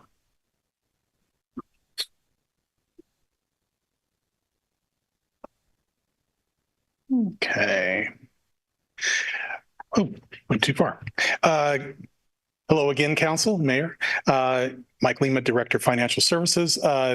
We are at item C1, a public hearing to adopt annual report on development impact fees and make findings regarding continuing need for those fees. California Government Code Section 66006 requires that agencies that collect development impact fees, or DIFs, report on the previous fiscal year's collection and the expenditure of those funds. DIFs fund infrastructure capital projects, including water, sewer, parks, and street projects. This report must be made available to the public at least 15 days before consideration by council. That report was publicly available on December 22nd, or this report was available on December 22nd, 2023, thereby meeting the requirement under law. Yeah. Where are you? There you are. The report is based on June 30 activity, so it would be the last fiscal year's activity.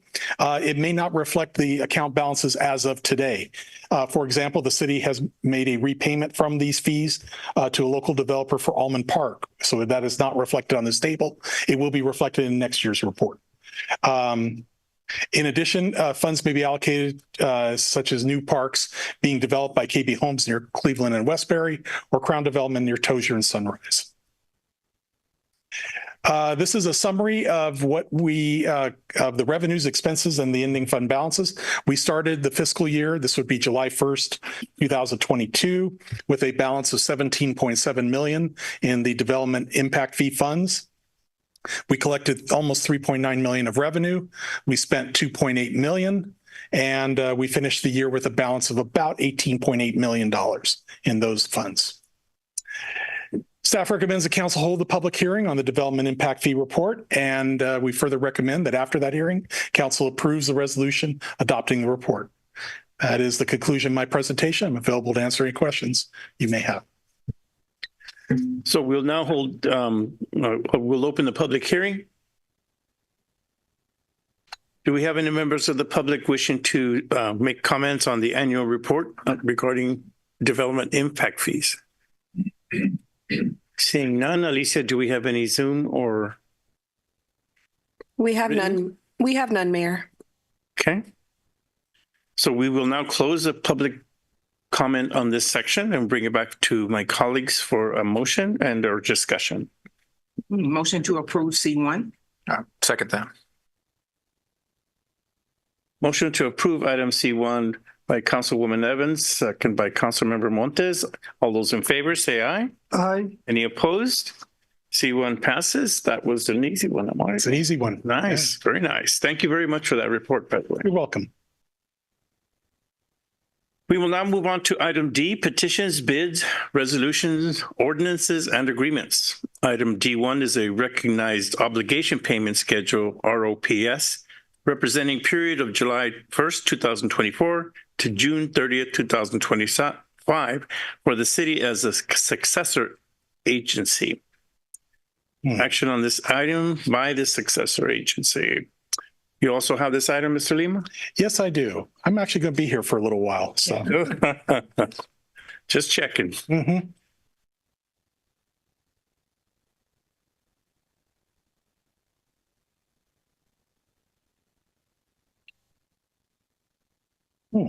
Screen's got flipped.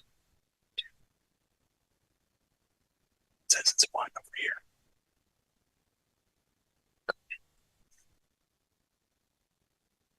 Oh, there it is. I'm just anyhow. Good evening, Council. Mike Lima, still Mike Lima.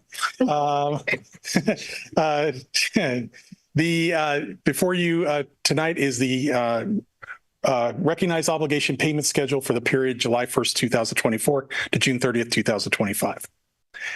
As part of several acts dissolving the redevelopment agencies of California that was done about 12 years ago, AB 1484 requires an annual submission of a recognized obligation payment schedule, or ROPS.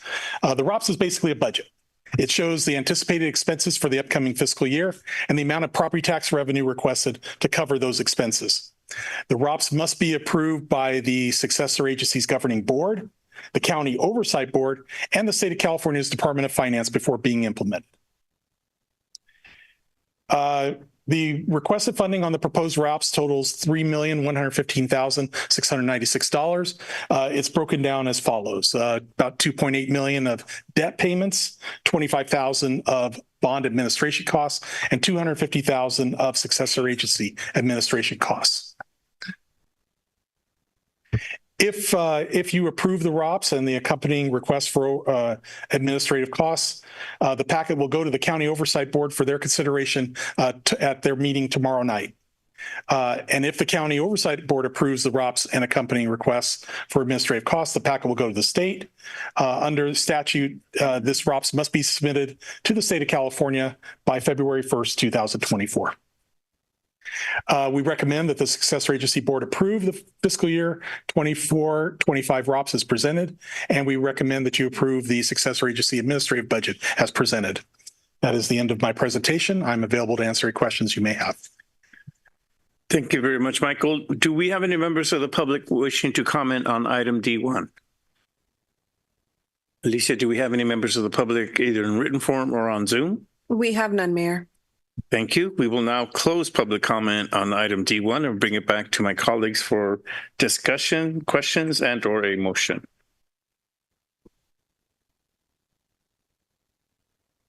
Mayor, move we approve. Jinx. I'll second. So the motion to approve. Thank you very much. Motion to approve item D1 by Councilmember Montes, second by Councilwoman Evans. All those in favor say aye. Aye. Any opposed? The ayes have it. Motion passes. Thank you, Michael. You want a break? No, I'm almost there. Arnold, are you paying overtime for this? Yes, they are.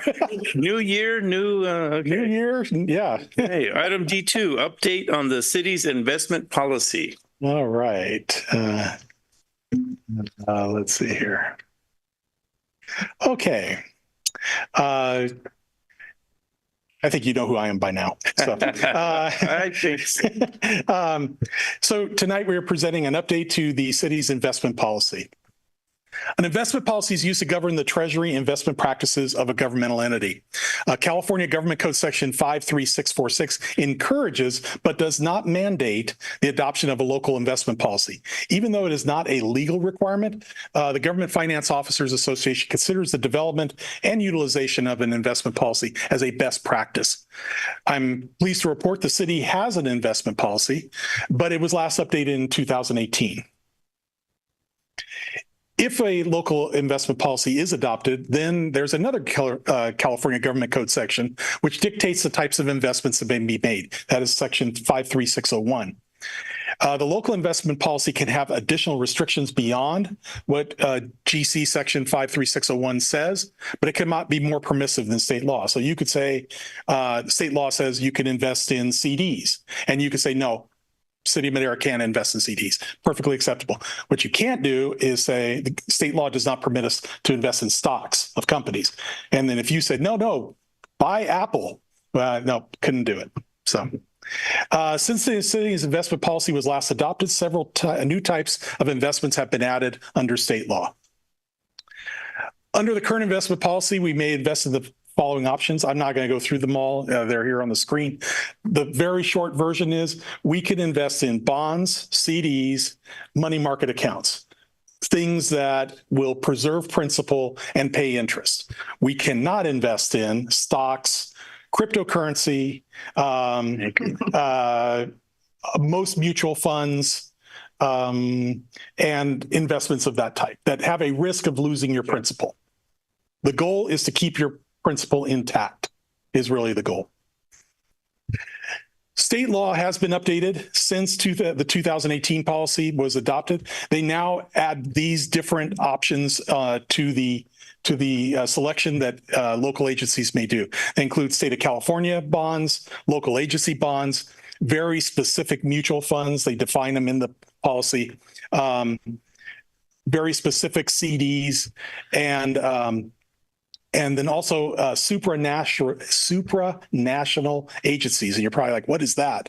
That would be like the USAID Corporation, something that has an international presence, but is backed by a government or one or two other governments. So why the need to change? Why are we bringing this forward tonight? Well, it brings the city's investment policy into compliance with state law or into line with it. It gives staff more options to invest the city's cash. And frankly, it has been almost 6 years since the policy was last updated. How do we apply this policy? Well, staff meets monthly with an investment banker to review investments in the portfolio and find new investments for money above our cash target. Our cash target is 10% of the total portfolio, and it's defined as cash in the bank accounts. Staff investment decisions are based on preservation of capital, future liquidity needs, diversification, and yield, and generally in that order. An investment banker brings various investment opportunities that conform to the city's investment policy to the meeting, and then staff, we decide which investments we're going to be purchasing. Those purchases are usually executed within a day of staff selecting the new investments. So where is the city's money invested? Well, as of December 31st, we had a treasury portfolio totaling $166.3 million. That's our total cash, everyone. That's not the general fund, that's the whole city. Liquid balances totaled $52.5 million, and that included $28.4 million with LAIF, which is a local agency investment fund. That is a state of California run investment fund that you could deposit with them, and then they go out and buy bonds and they make those investments for you. It's just a kind of an easier way to invest. You don't have to look for each individual item. They'll do all the investing for you. So we have $28.4 million with them. Right now, the yield to maturity on our treasury portfolio at the end of December was 3.3%. That's what we're making right now. Where is it invested? Well, as you see, most of it is in that liquid balance area, about 32%. But equally, almost equal to that is agencies. And what do I mean by agencies? Those would be like the Federal Home Deposit Insurance Corporation, the Federal Farm Bank, agencies of the federal government that are backed by the federal government. They're not specifically departments of the federal government, but they are backed by them. So we have a lot of our money in those investments. We have about 7% in certificates of deposits, about 11% in corporate bonds. These would be like Google, Toyota. We own their bonds as well. 17% is in treasuries. This is U.S. government-backed bonds. These are issued by the U.S. government. And then 2% are in municipal bonds, like we have a bond of a city in Oregon. We have just some but that's a very small part of our portfolio. And just so you know, in this year's budget, we are anticipating about $3 million of interest that will be earned from all these investments. That concludes my presentation. We ask that you approve the proposed investment policy as presented. And thank you. And I'm here to answer any questions you may have. Thank you, Michael. Are there any members of the public wishing to comment on item D2? Alicia, do we have any Zoom or written comments on item D2? We have none, Mayor. Thank you. We will now close public comment on item D2 and bring it back to my colleagues for discussion and/or a motion. So move to approve D2 as presented. Second it. I have a quick question. Thank you. Sorry. Councilman Rodriguez. Member Rodriguez. You know, the wheel there that you presented, that pie, I like what you said there, $3 million in interest, right? Yeah. So from that's our current policy that we have. Now with the options that are available with this new policy, would you steer us away from that $3 million interest type of investment that we have going? No, I would not. I do not expect any sudden changes to the portfolio, even if you adopt the policy. What it does is set us up in case interest rates drop. And it gives us more options to find yield in an equally safe market. So I don't foresee anything changing in the near future, but as interest rates adjust, it just gives us the option to go elsewhere and try to preserve that $3 million of interest earnings that we're currently making. And, you know, I noticed like mortgage-backed securities and other different types of investment. Is there a reason why now more of these investments are becoming available to municipalities? You know, I think it is a function of the state becoming more comfortable that they're not going to go into default. Again, the primary driver behind all this is preserving the capital. You don't want to lose principal in any of these. And I think the state has become more and more comfortable with that these investments will not result in a loss of principal. And so they have been adding it to the law and making it available to cities to invest in. They've become more and more safer as time has gone on and as people have utilized them and as the companies that offer them have more and more financial backing. So again, it just gives us an option. It doesn't mean we'll exercise it right away, but it gives us an option that we can use. Thank you for being thorough. Appreciate that. No problem. That's it, Mr. Mayor. Thank you. Seeing no further comments on item D2, we have a motion to approve by Mayor Pro Tem Gallego, second by Councilwoman Evans. All those in favor say aye. Aye. Aye. Any opposed? The ayes have it. Motion passes. Thank you. Thank you. And I am done. No, I was going to ask Commander Arnold if he wanted to give his piece to you. A lot easier.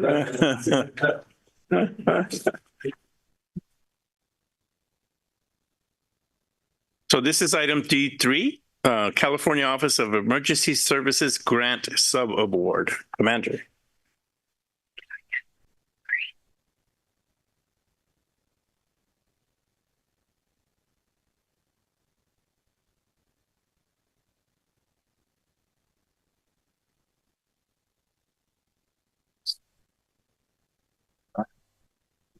Well, good evening, Council. We were all here a few weeks ago to watch the presentation of the large checks, but now we have to do a small amount of paperwork. So the city has been awarded $950,000 as part of California fiscal year 2023 budget. That money is administered by Cal OES. And of course, Senator Caballero looked with you all at the council for shovel-ready projects. And there were 3 that the city had. One of those was a mobile command center. One of those was improvement to our northern parking lot, which was essentially a field before this project started. And by the way, it has started. It's pretty exciting at the police department. We have a lot of renovations, but this is the most obvious one, and they are working quickly over there. So if you happen to make it by, you will see change now. And the final one was the Safe and Clean team. Of course, ONE Transportation has been replaced by our own people, and they're at work already as well. And so the city is required to enter into an agreement with Cal OES to receive those funds. And the resolution that we propose authorizes the city manager to execute all documents on behalf of the city. So these projects had already been identified. These were things that we wanted to do. And a lot of the cost, for instance, for the parking lot will be offset now, the majority of that cost by these funds. The Safe and Clean team, this was being paid for out of general fund dollars. And so this is general fund money, $223,000 this year, $76,000 next year that is now relieved from the general fund, which of course is always a good thing. And I'm sorry, the parking lot was being paid for out of Measure K. Some of that still will be paid for out of Measure K, but a large chunk is covered now by these monies. And then the mobile command center, we hadn't identified a funding source, although you could see that perhaps Measure K can make up the difference. This is a project that's still not in its infancy, but is not ready yet we haven't identified a vendor yet. And so as we research that, we'll come back to you guys, still in the planning phase, but this money will cover 50% at least of the cost of that mobile command center. If we had the flooding in Madera right now that Merced had last year, or Tulare and Kings County had last year, we'd be running those operations from a tent. So this is like critical need for law enforcement services in the city. And we're excited about that. And all these changes and progress. And so again, just as a reminder, regarding the Safe and Clean team, we are alleviating general fund dollars that were already anticipated to be spent or already funded for not just this year, but $76,000 for next fiscal year. And so our recommendation is that we adopt resolutions accepting a grant subaward from California Office of Emergency Services in the amount of $950,000. The amend the city's fiscal year 2023/24 budget to reflect revenues and expenditures related to that grant.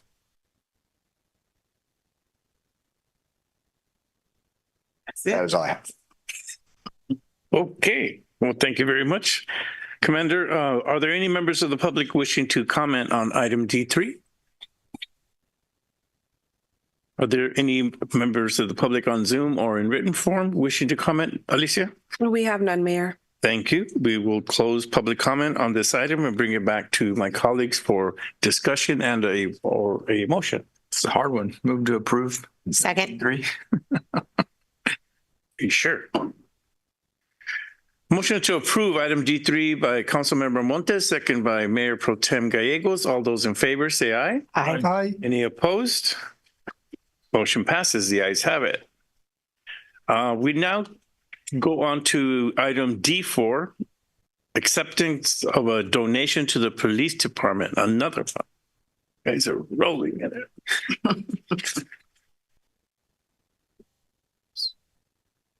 Thank you. So you may have seen on our social media, in fact, I'll just bring it up now, that we received a donation from our Sikh business leaders. There is a discrepancy. It just begs a question. It says $5,000 on a large check. The amount is $4,500. But these people are a pleasure to work with and to be around. These are hardworking, intelligent leaders in our community. And this money is money we wouldn't have otherwise. We can't take taxpayer dollars and hand out, checks for or gift cards for gas at Christmas time. So these are funds that allow us to do outreach projects, to have non-enforcement contact with our community that we would not otherwise have. And so again, the city council must formally accept the donation and appropriate the funds. Again, we use funds like this to purchase groceries, presents, and gas for travel during the holiday season, and things that we otherwise would not be able to use our budget in order to obtain. And so our recommendation is that the council adopt a resolution accepting a donation to the police department for $4,500 and amending the city's budget to include the donation. And I just once again like to thank our Sikh business owners and leaders in our community for their buy-in, for their help, and belief in us, and we believe in them too. And again, a pleasure to work with them. Thank you very much for that. Are there any members of the public wishing to comment on item D5 regarding the donation? Item D4, excuse me, by the Sikh community in the amount of $4,500. Is there any members of the public wishing to comment in Zoom or in written form, Alicia? We have none, Mayor. Thank you. I'll close public comment on item D4 and bring it back to my colleagues for discussion and or a motion. Motion to approve D4. Second. There's a motion to approve item D4 by Councilwoman Evans, second by Councilmember Villegas. All those in favor say aye. Aye. Aye. Any opposed? The ayes have it. And give our thanks to the Sikh community for that generous donation. It's a well thought out donation. Thank you. Thank you. Will do. Thank you, Commander. We will now move on to item D5, agreement for Lionstown and Country Park restroom renovation project. Joseph, I believe you have this item. Yeah, I think I'm going to be up here for a while. So we have a new term is I'm going to pull a Lima. Motion to deny. Let's see here. It's not coming up, Alicia.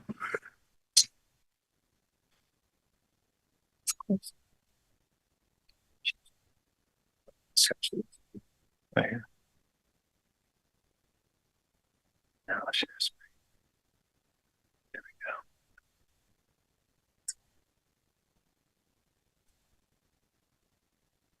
we go. Gotcha. Okay. All right, Mr. Mayor, Mayor Pro Tem and guests, Council, Joe Hebert for Parks and Rec. Today I'll be addressing item D5, which is an agreement for Lionstown and Country, the restroom renovation project. Let's see. Okay, so we submitted a invitation for bid on bid number 202324-5, which was released on November 18th, last year. And the bid was soliciting for the Lionstown and Country Park restroom renovation project. The improvements for this project have to do with the interior of the building, the flooring, partitions, restrooms, amenities, electrical, et cetera. Improvements to the exterior of the building include ADA compliance, painting, renovations to the immediate surrounding concrete walkway area. And there's a lot of work to be done to that restroom, as some of you already know. Funding for this project stems from the state of California Department Parks and Recreation Proposition per capita grant program, which was funded via Proposition 68. The city was appropriated $177,952 for eligible capital outlay related to this project. The restroom between Fields 1 and 2 at Lionstown and Country is acknowledged as the city's most utilized restroom, necessitating capital improvements. The restroom, as I mentioned, is in dire need of improvements. If some of you have been out there, you've probably seen it. It's something that needs to be done. Part of these improvements will include fixture replacements, toilets, sinks, urinals, partitions, flooring. I'm looking at you, Mayor Pro Tem, because I've graduated from Gophers to restrooms now, so I know we have an inside joke here. So it's going to include walls, electrical, ADA accessibility requirements, and then again, as I mentioned, the surrounding concrete walkway. This is where the restroom is located, again, between Fields 1 and 2, and it's very heavily utilized. Here's what it looks like from the outside. This is a throwback. I don't know for how long, maybe the 60s or 70s. I'm not sure when it was originally put there. You can see some of the inside here. There's, again, this is in dire need of some TLC at Lions Town Country LTC. So again, some more pictures of the inside that we'll be renovating. A total of 3 bids were received on December 21st of last year. The respondents were David J. Boyle Electrical Shop, Better Enterprises Inc., GCB1 Inc., which is DBA GC Builders. You can see the responsive bids. The low bidder was David Boyle Electric Shop at $164,000. The other bid was $279 and $68. The next highest was $296,602. Obviously, you can see who we're recommending. David J. Boyle Electrical Shop. He's a reputable local contractor located in the city. It's family owned since they've been here since 1920. General engineering, construction, electrical contract work. Their bid again was the lowest at 164. The estimated time for completion will be 60 days after notice to proceed. The financial impact of this award, the total grant is $177,952, and so obviously we're a little under that at $164.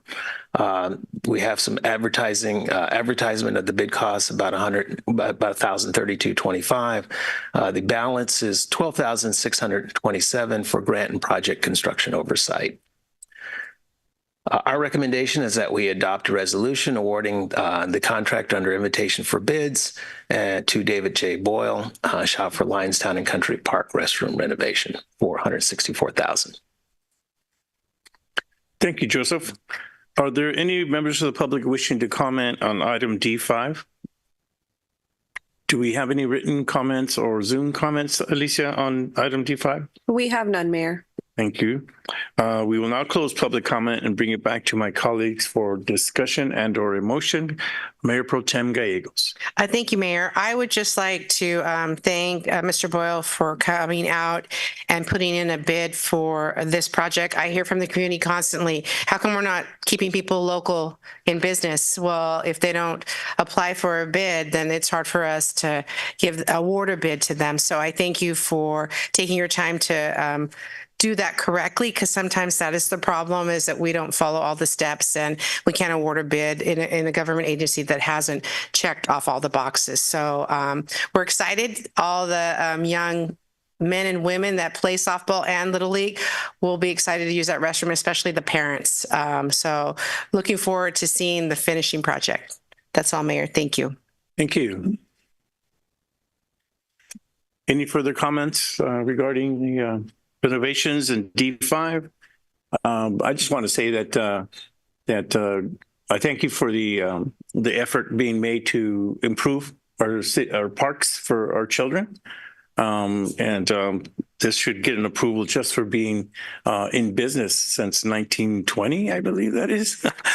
That's significant in any community. Is that yourself, sir? I don't know you personally. Okay. Well, no. Of course, of course. Hey, it could happen. You never know. No, I just want to say thank you very much for that, and I want to bring it back to. Is there a motion from my colleagues? Move to approve item D. Seconds. Okay. Motion to approve D5 by Councilmember Montes, second by Councilmember Villegas. All those in favor, say aye. Aye. Any opposed? Motion have it. Congratulations. Thank you. 140.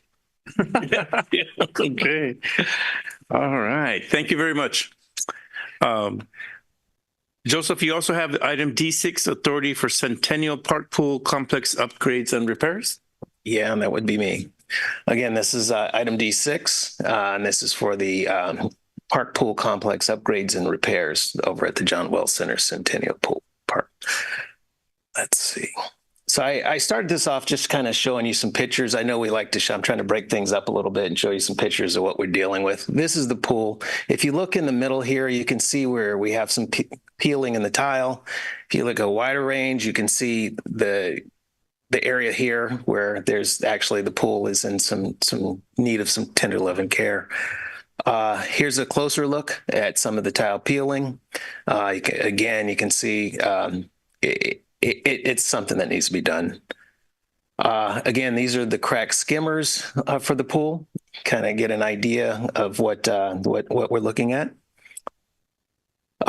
This is the ramp and the railing, and I put this in here so you could see this has been welded a few times. I don't know how many times, but it's been welded, and we definitely need to do something about it.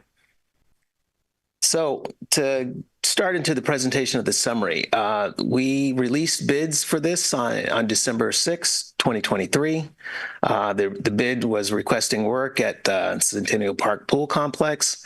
This was a complete replaster and retile of the dive pool and lap pool. Unfortunately, no bids were received when we to our solicitation. The due date was January 2nd of this year. The funds that we're going to pay for this are from the Community Development Block Grant CDBG funds of $215,000, which was awarded to us for fiscal year 23-24, specifically for improvements to the pool complex. We published the bid on December 6th and December 13th of last year. We went through various bidding platforms. We did a direct letter inviting 52 local businesses with active City of Madera business licenses. No response. We had a pre-bid meeting with 2 potential bidders attending. At that time, that's when we extended the bid due date to December 20th, from December 20th to January 2nd. Again, following lack of bids, staff took the initiative to contact vendors to understand the reason behind their decision not to submit bids. 2 vendors that attended the pre-bid meeting were contacted, and there was another vendor who had actually reached out to us during the bidding process, and so we contacted him as well. All 3 of the vendors cited that the requirements under CDBG Section 3 was the primary factor influencing the decision not to submit a bid. The CDBG requirements, Section 3 requirements, are as follows: U.S. Department of Housing and Urban Development. They're under HUD, and this is to foster local economic development, neighborhood economic improvements, and individual self-sufficiency. There's a legal basis for providing jobs for residents and awarding contracts to businesses in areas receiving certain types of HUD financial assistance. This applies to HUD-funded construction-related projects, which are over $200,000, which we fall into that category.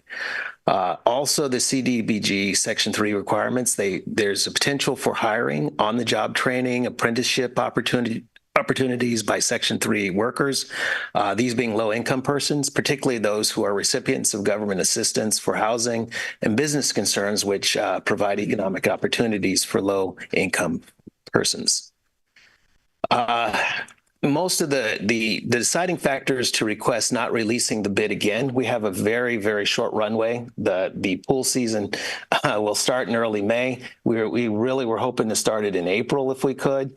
The pre-planning, preparation, and aquatic staff hiring, this has to happen early in the year, like now. And so that's to ensure we have a successful opening. Delays in awarding the project and project completion could mean a delayed aquatic season or the potential for no aquatic season at all.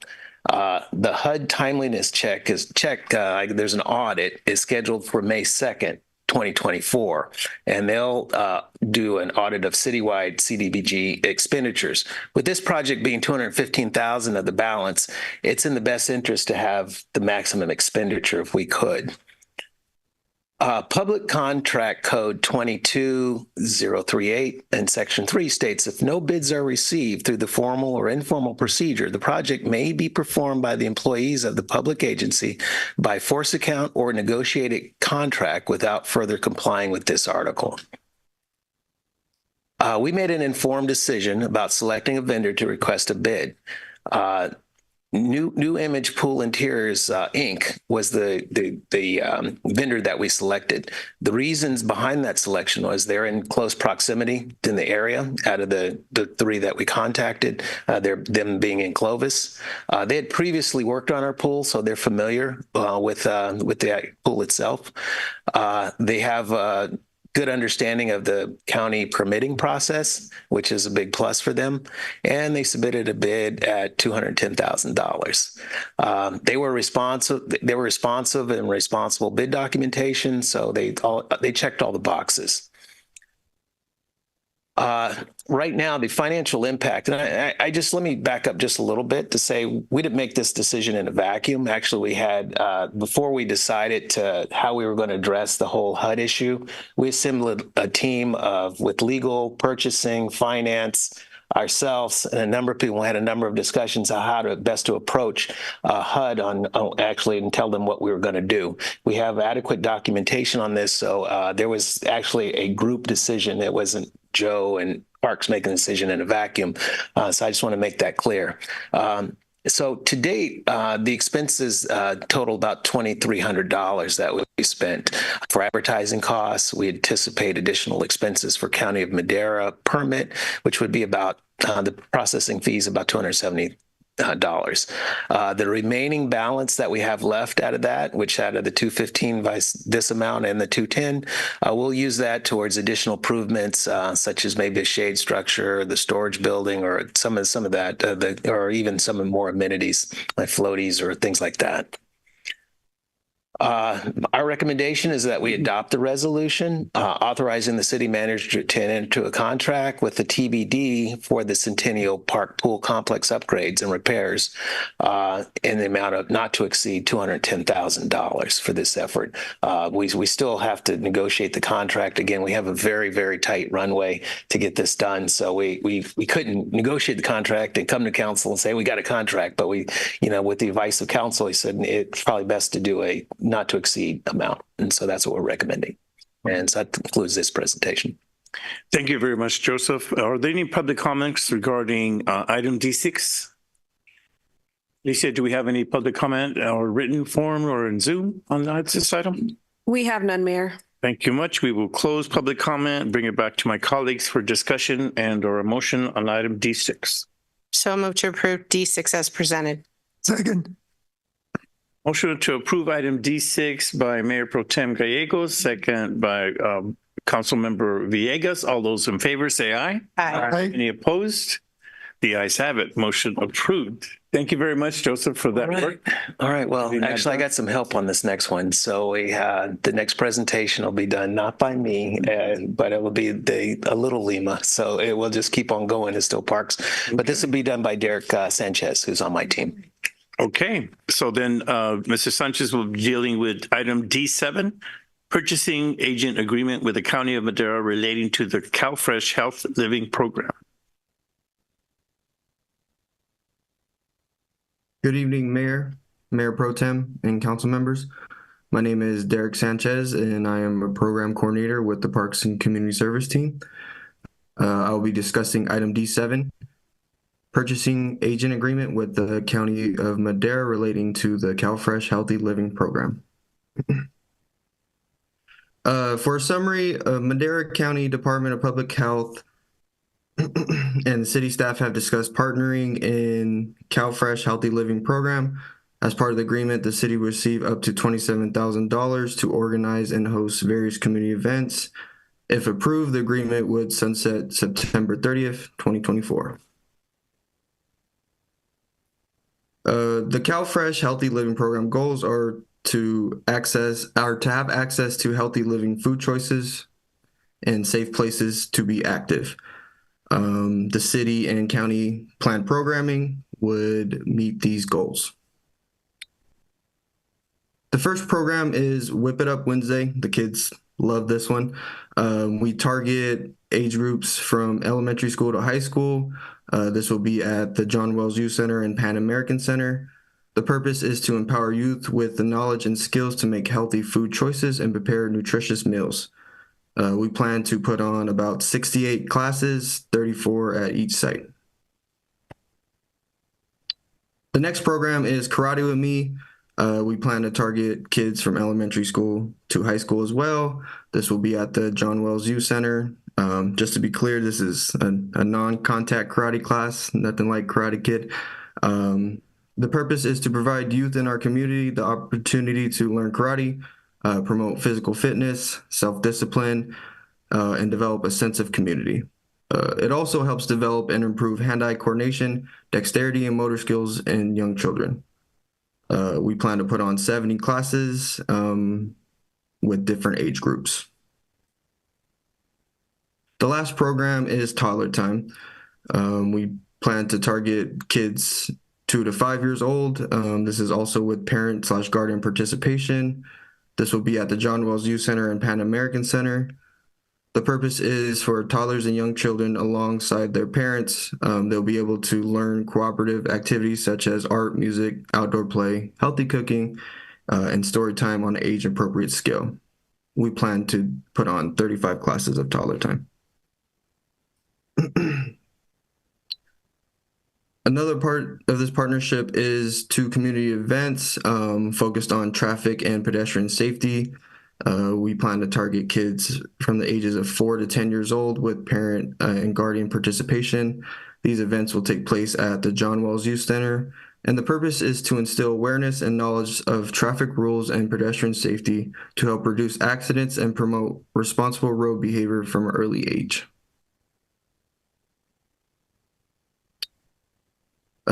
The financial impact, this agreement would span over the fiscal year 23-24 and fiscal year 24-25.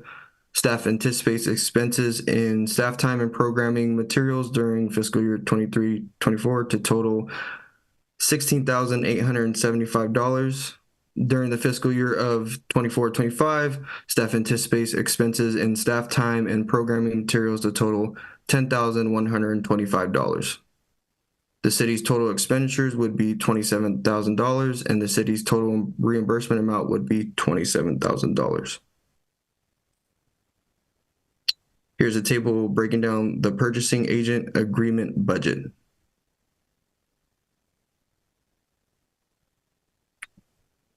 Our recommendation would be to adopt a resolution approving a purchasing agent agreement with the County of Madera in the amount of $27,000 relating to CalFresh Healthy Living Program and ending September 30th, 2024. We also recommend that we adopt a resolution amending the city's fiscal year 23-24 budget, approving related revenue and expenditure line items relating to the execution of CalFresh Healthy Living Program. Thank you.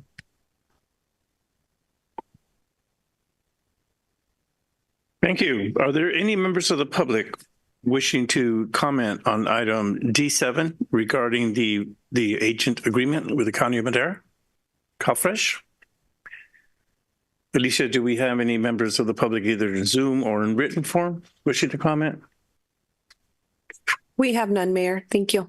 Thank you. We'll now close public comment. I'll bring it back to my colleagues for a discussion and or a motion on item T7. Mayor Pro Tem Gallegos. Thank you, Mayor. Derek, I just had a few questions. First one is, I know we're partnering with the county. We are providing the facilities. So what part is the county? Are they providing the instructors that will be teaching these classes? No, we will be teaching these classes. So we have employees that have the skills of karate and cooking. We have a brown belt on staff. Okay. Yeah. Sounds good. That's all I need to know. Thank you, Mayor. So we have Bruce Lee on staff. Madera. Nice. No further discussion. I'll ask for a motion from my colleagues.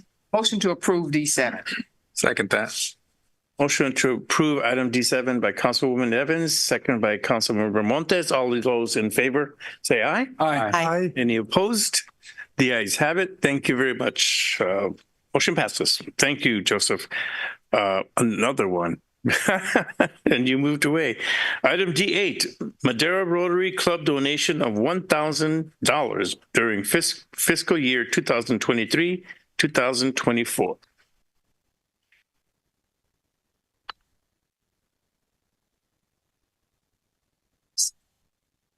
Okay. Oops.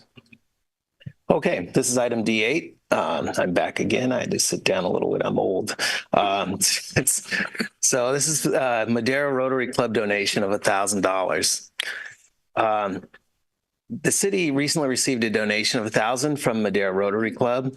The staff recommends appropriating the funds in the city's fiscal year 23-24 budget to allow for expenditure. On November 2nd, I visited the Rotary and presented kind of an overview of our staff and some of our vision.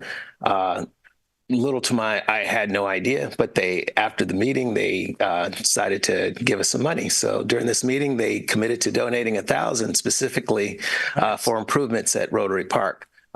We've already received the check. They've been very gracious and very nice to work with. The Madera Rotary Club is an integral part of the esteemed Rotary International organization. Their commitment to unite neighbors, friends, leaders, and problem solvers with the goal of taking impactful actions to bring about lasting change. Here's the check presentation that they gave me. Again, you can see the surprise on my face. I've done a lot of begging in my day, and so I wasn't expecting this one, but it was great. So what we're hoping to do is for this donation to be allocated for improvements at Rotary Park. That includes signage, park signage, and landscaping efforts. I had an inquiry earlier today about which signage. I don't know how far $1,000 are going to go, but I did talk to the Rotary about redoing the Rotary sign that's actually in the park. It could use some tender loving care. It's a little faded, and so maybe we'll see how we can refurb that. Our recommendation is that we adopt a resolution accepting Madera Rotary Club's donation of $1,000 and adopt a resolution amending the city's fiscal year 23-24 budget, approving a related revenue and expenditure line item related to the appropriation of Madera Rotary Club's $1,000 donation amount. And that concludes my presentation. Thank you, Joseph. Good job on that. Do we have any members of the public wishing to just ask any questions regarding this item D8 regarding the Rotary Club donation? Do we have any members of the public on Zoom or on written form, Alicia? We have none, Mayor. Thank you. We will now close public comment and bring it back to my colleagues for comments and or a motion. Motion to approve D8. Second.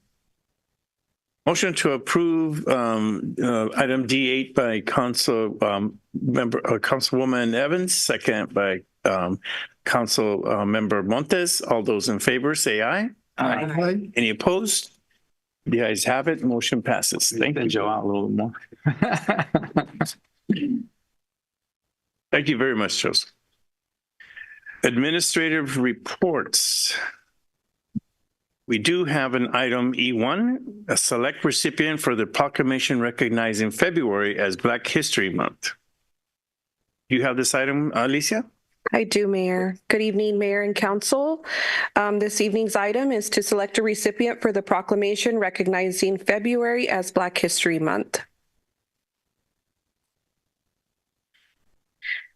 Council adopted a policy governing the ceremonial document guidelines on August 2nd, 2023. At our last City Council meeting on December 20th, Council approved the 2024 list of annual proclamations. At the December 20th meeting, Council discussed and approved the following: adding Women's History Month to March. The recipient would be at the discretion of Council. La Mesa Directiva de Santa Maria Tindú as the recipient of Indigenous Peoples Day proclamation in October.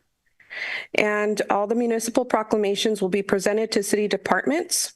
Council also discussed and approved all other designations labeled as recipient at the discretion of Council.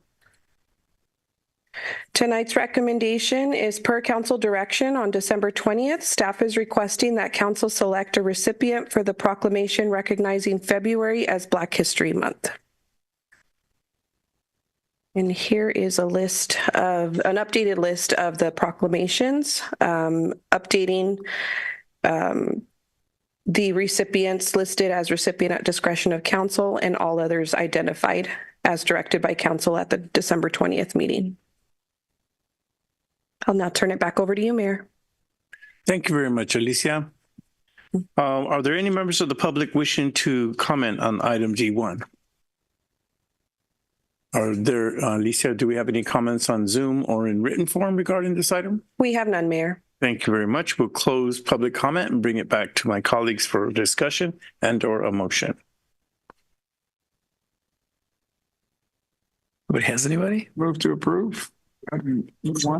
It's through the mayor. You have to. Yes. So staff is looking for a particular name That's what I. from the city council as to who the city council would prefer. It is also a legal option, especially when there are a lot of candidates who may be great recipients in a community, to just generally make a proclamation without identifying a recipient as well. That is a legal option for the city council. Thank you. So we have two options. One is to name someone in particular, and then another one, we can leave it open for. Okay. And then how is it to be decided who receives that proclamation at the end of the day? It's not actually sent to someone, but a proclamation is generally printed up. There's a picture taken by the city council. So if the city council wanted to do, say, City Attorney Month. Good one. I'm kidding. Nah. And it just so happened that there was not a city attorney available. Okay. You could still identify it as the month, proclaim it as the month of the city attorney, have the picture taken up front, and then would be kept in the city's records in the clerk. Thank you very much. Thank you. Thank you. Mr. Mayor, if I may, did I miss something on that list? Was there not someone already listed on there? There's nobody listed. Nobody. On the From last month, there was nobody listed. It just says recommendation of council. Councilwoman Evans? I do have a recommendation for the for Black History Month, and her name is Ella Mae Williams. She's a teacher with Madera Unified School District. She's been there for over 35 years. She's also born and raised here in Madera. She's 70 years old. She's the first lady of one of the churches in Fairmead. And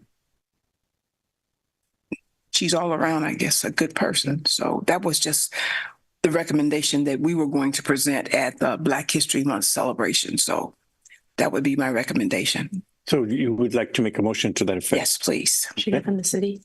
Then I'll second that. Thank you. Is there any further discussion? There's a motion on the floor on item D1. I believe her name was Emma Mae Williams. Oh, you know her. Oh, yeah. Williams to be recognized under Black History Month. All those in favor say aye. Aye. Aye. Any opposed? The ayes have it. Motion passes. Thank you very much, Alicia. Thank you. All righty, we move on to, and thank you very much for that clarification. Item F is council member reports, announcements, future agenda items. This portion of the meeting is reserved for the mayor and council members to make brief reports on boards, committees, and other public agencies, and at public events, to request updates, to initiate future agenda items, and to take action on matters initiated under this section of the agenda. Under this section, the council may take action only on items specifically agendized and which meet other requirements for action. Mayor Pro Tem Gallegos. Oh, thank you, Mayor. I think Chief Duran is feeling a little unloved today because he didn't get to present. So I would like to have my colleagues entertain a future agenda item for updates on the refurbishing on Station 56 and 57, and maybe an update on our inspections, if my colleagues are in tune to say yes to that. Sure. Yep, fine. Okay. It's good. I'd also like to do a shout out to Gary. Thank you for choosing the city of Madera, and a shout out to staff on organizing the agendas where we don't have Mr. Lima coming up and down or Mr. Habert coming up and down. It was very organized, and I appreciate that as a council member. I've seen it other ways, and we're like bouncing around. So thank you for that organization today. It was very well received by my part, and that's all, Mayor. Thank you. Councilmember Rodriguez. Yes, thank you, Mayor. I too want to welcome you again here to our city. Thank you again for choosing Madera, making Madera your home. There was a public comment on a possible proclamation for the humanitarian crisis that's taking place. I'd like to explore that if my colleagues would agree, at least to have some language that mirrors something of our surrounding communities to be able to put it in a support letter or some proclamation showing that we too would have the way we view the humanitarian crisis taking place in that area. I know there's two sides to it, but either way, it's innocent lives on both ends. And I think the ceasefire would be appropriate, at least in my opinion. So Okay. That's where I stand. I'm not sure if the rest of my colleagues would agree. Do we have four on that? I believe we have four. Thank you very much. We'll make a note of that. Addressing a propagation for ceasefire in the Middle East. Council Member Montes. Thank you. Welcome aboard, Mr. Price. Appreciate you coming. And, if we get, I know the camera was on the fritz a little bit, and then you walked up there. It looked like it just, That was actually Lisa that did that. Oh, Lisa did that? Oh, sorry. But yeah, I think I don't really have anything to report other than hopefully everybody had a good New Year. And this is our first meeting. And it feels like this New Year is already in full swing. And then we did get a new term coin today. I'm pulling a Lima. I'm going to use that later. So appreciate you. Appreciate everybody. Councilwoman Evans. Yes, Mr. Mayor, we haven't met since before Christmas. So our Christmas extravaganza was outstanding. Because of the school being closed after the day that we had anticipated on going out into the neighborhoods, we had to change everything, and we went to James Monroe Elementary. So because of that, we were able to service and bless 350 children, if not more, with toys from the extravaganza. I want to give a shout out to our Santa, which was Brett Frazier. Mr. Mayor came, Supervisor Gonzalez, Stephanie Nathan with the NAACP, Alicia Brown with Madera High, our city manager, Arnaldo, Madera PD, the fire department. We had some individuals to come from the Democratic Club. I don't know if I'm missing anyone. And also thanks to Mr. Perez, the principal of the elementary school. But these children came into the cafeteria because this is where we ended up having to give the toys out because we couldn't go into the neighborhood. And the looks on their faces were absolutely amazing. And then there were some children that were not able to find something that they wanted, so they chose to get something for their siblings. So if ever you have the opportunity to come and to just volunteer your time and just to see the love that was presented that day. They walked in, they saw Santa, they saw all of us.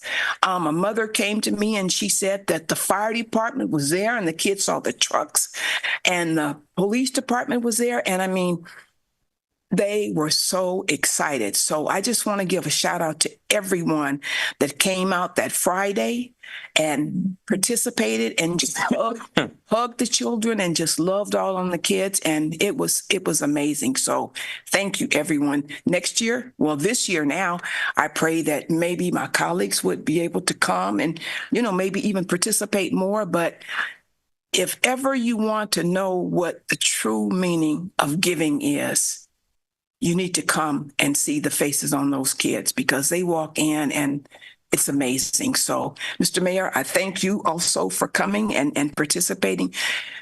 City Manager Arnaldo, I thank you, and PD and fire. So cool. Maybe this year you guys can bring Santa in on the fire truck because that was a big deal for them to see the fire trucks out there. But thank you so very much and Happy New Year, everyone. And Mr. Price, welcome. Thank you. Thank you. Thank you. We're going here.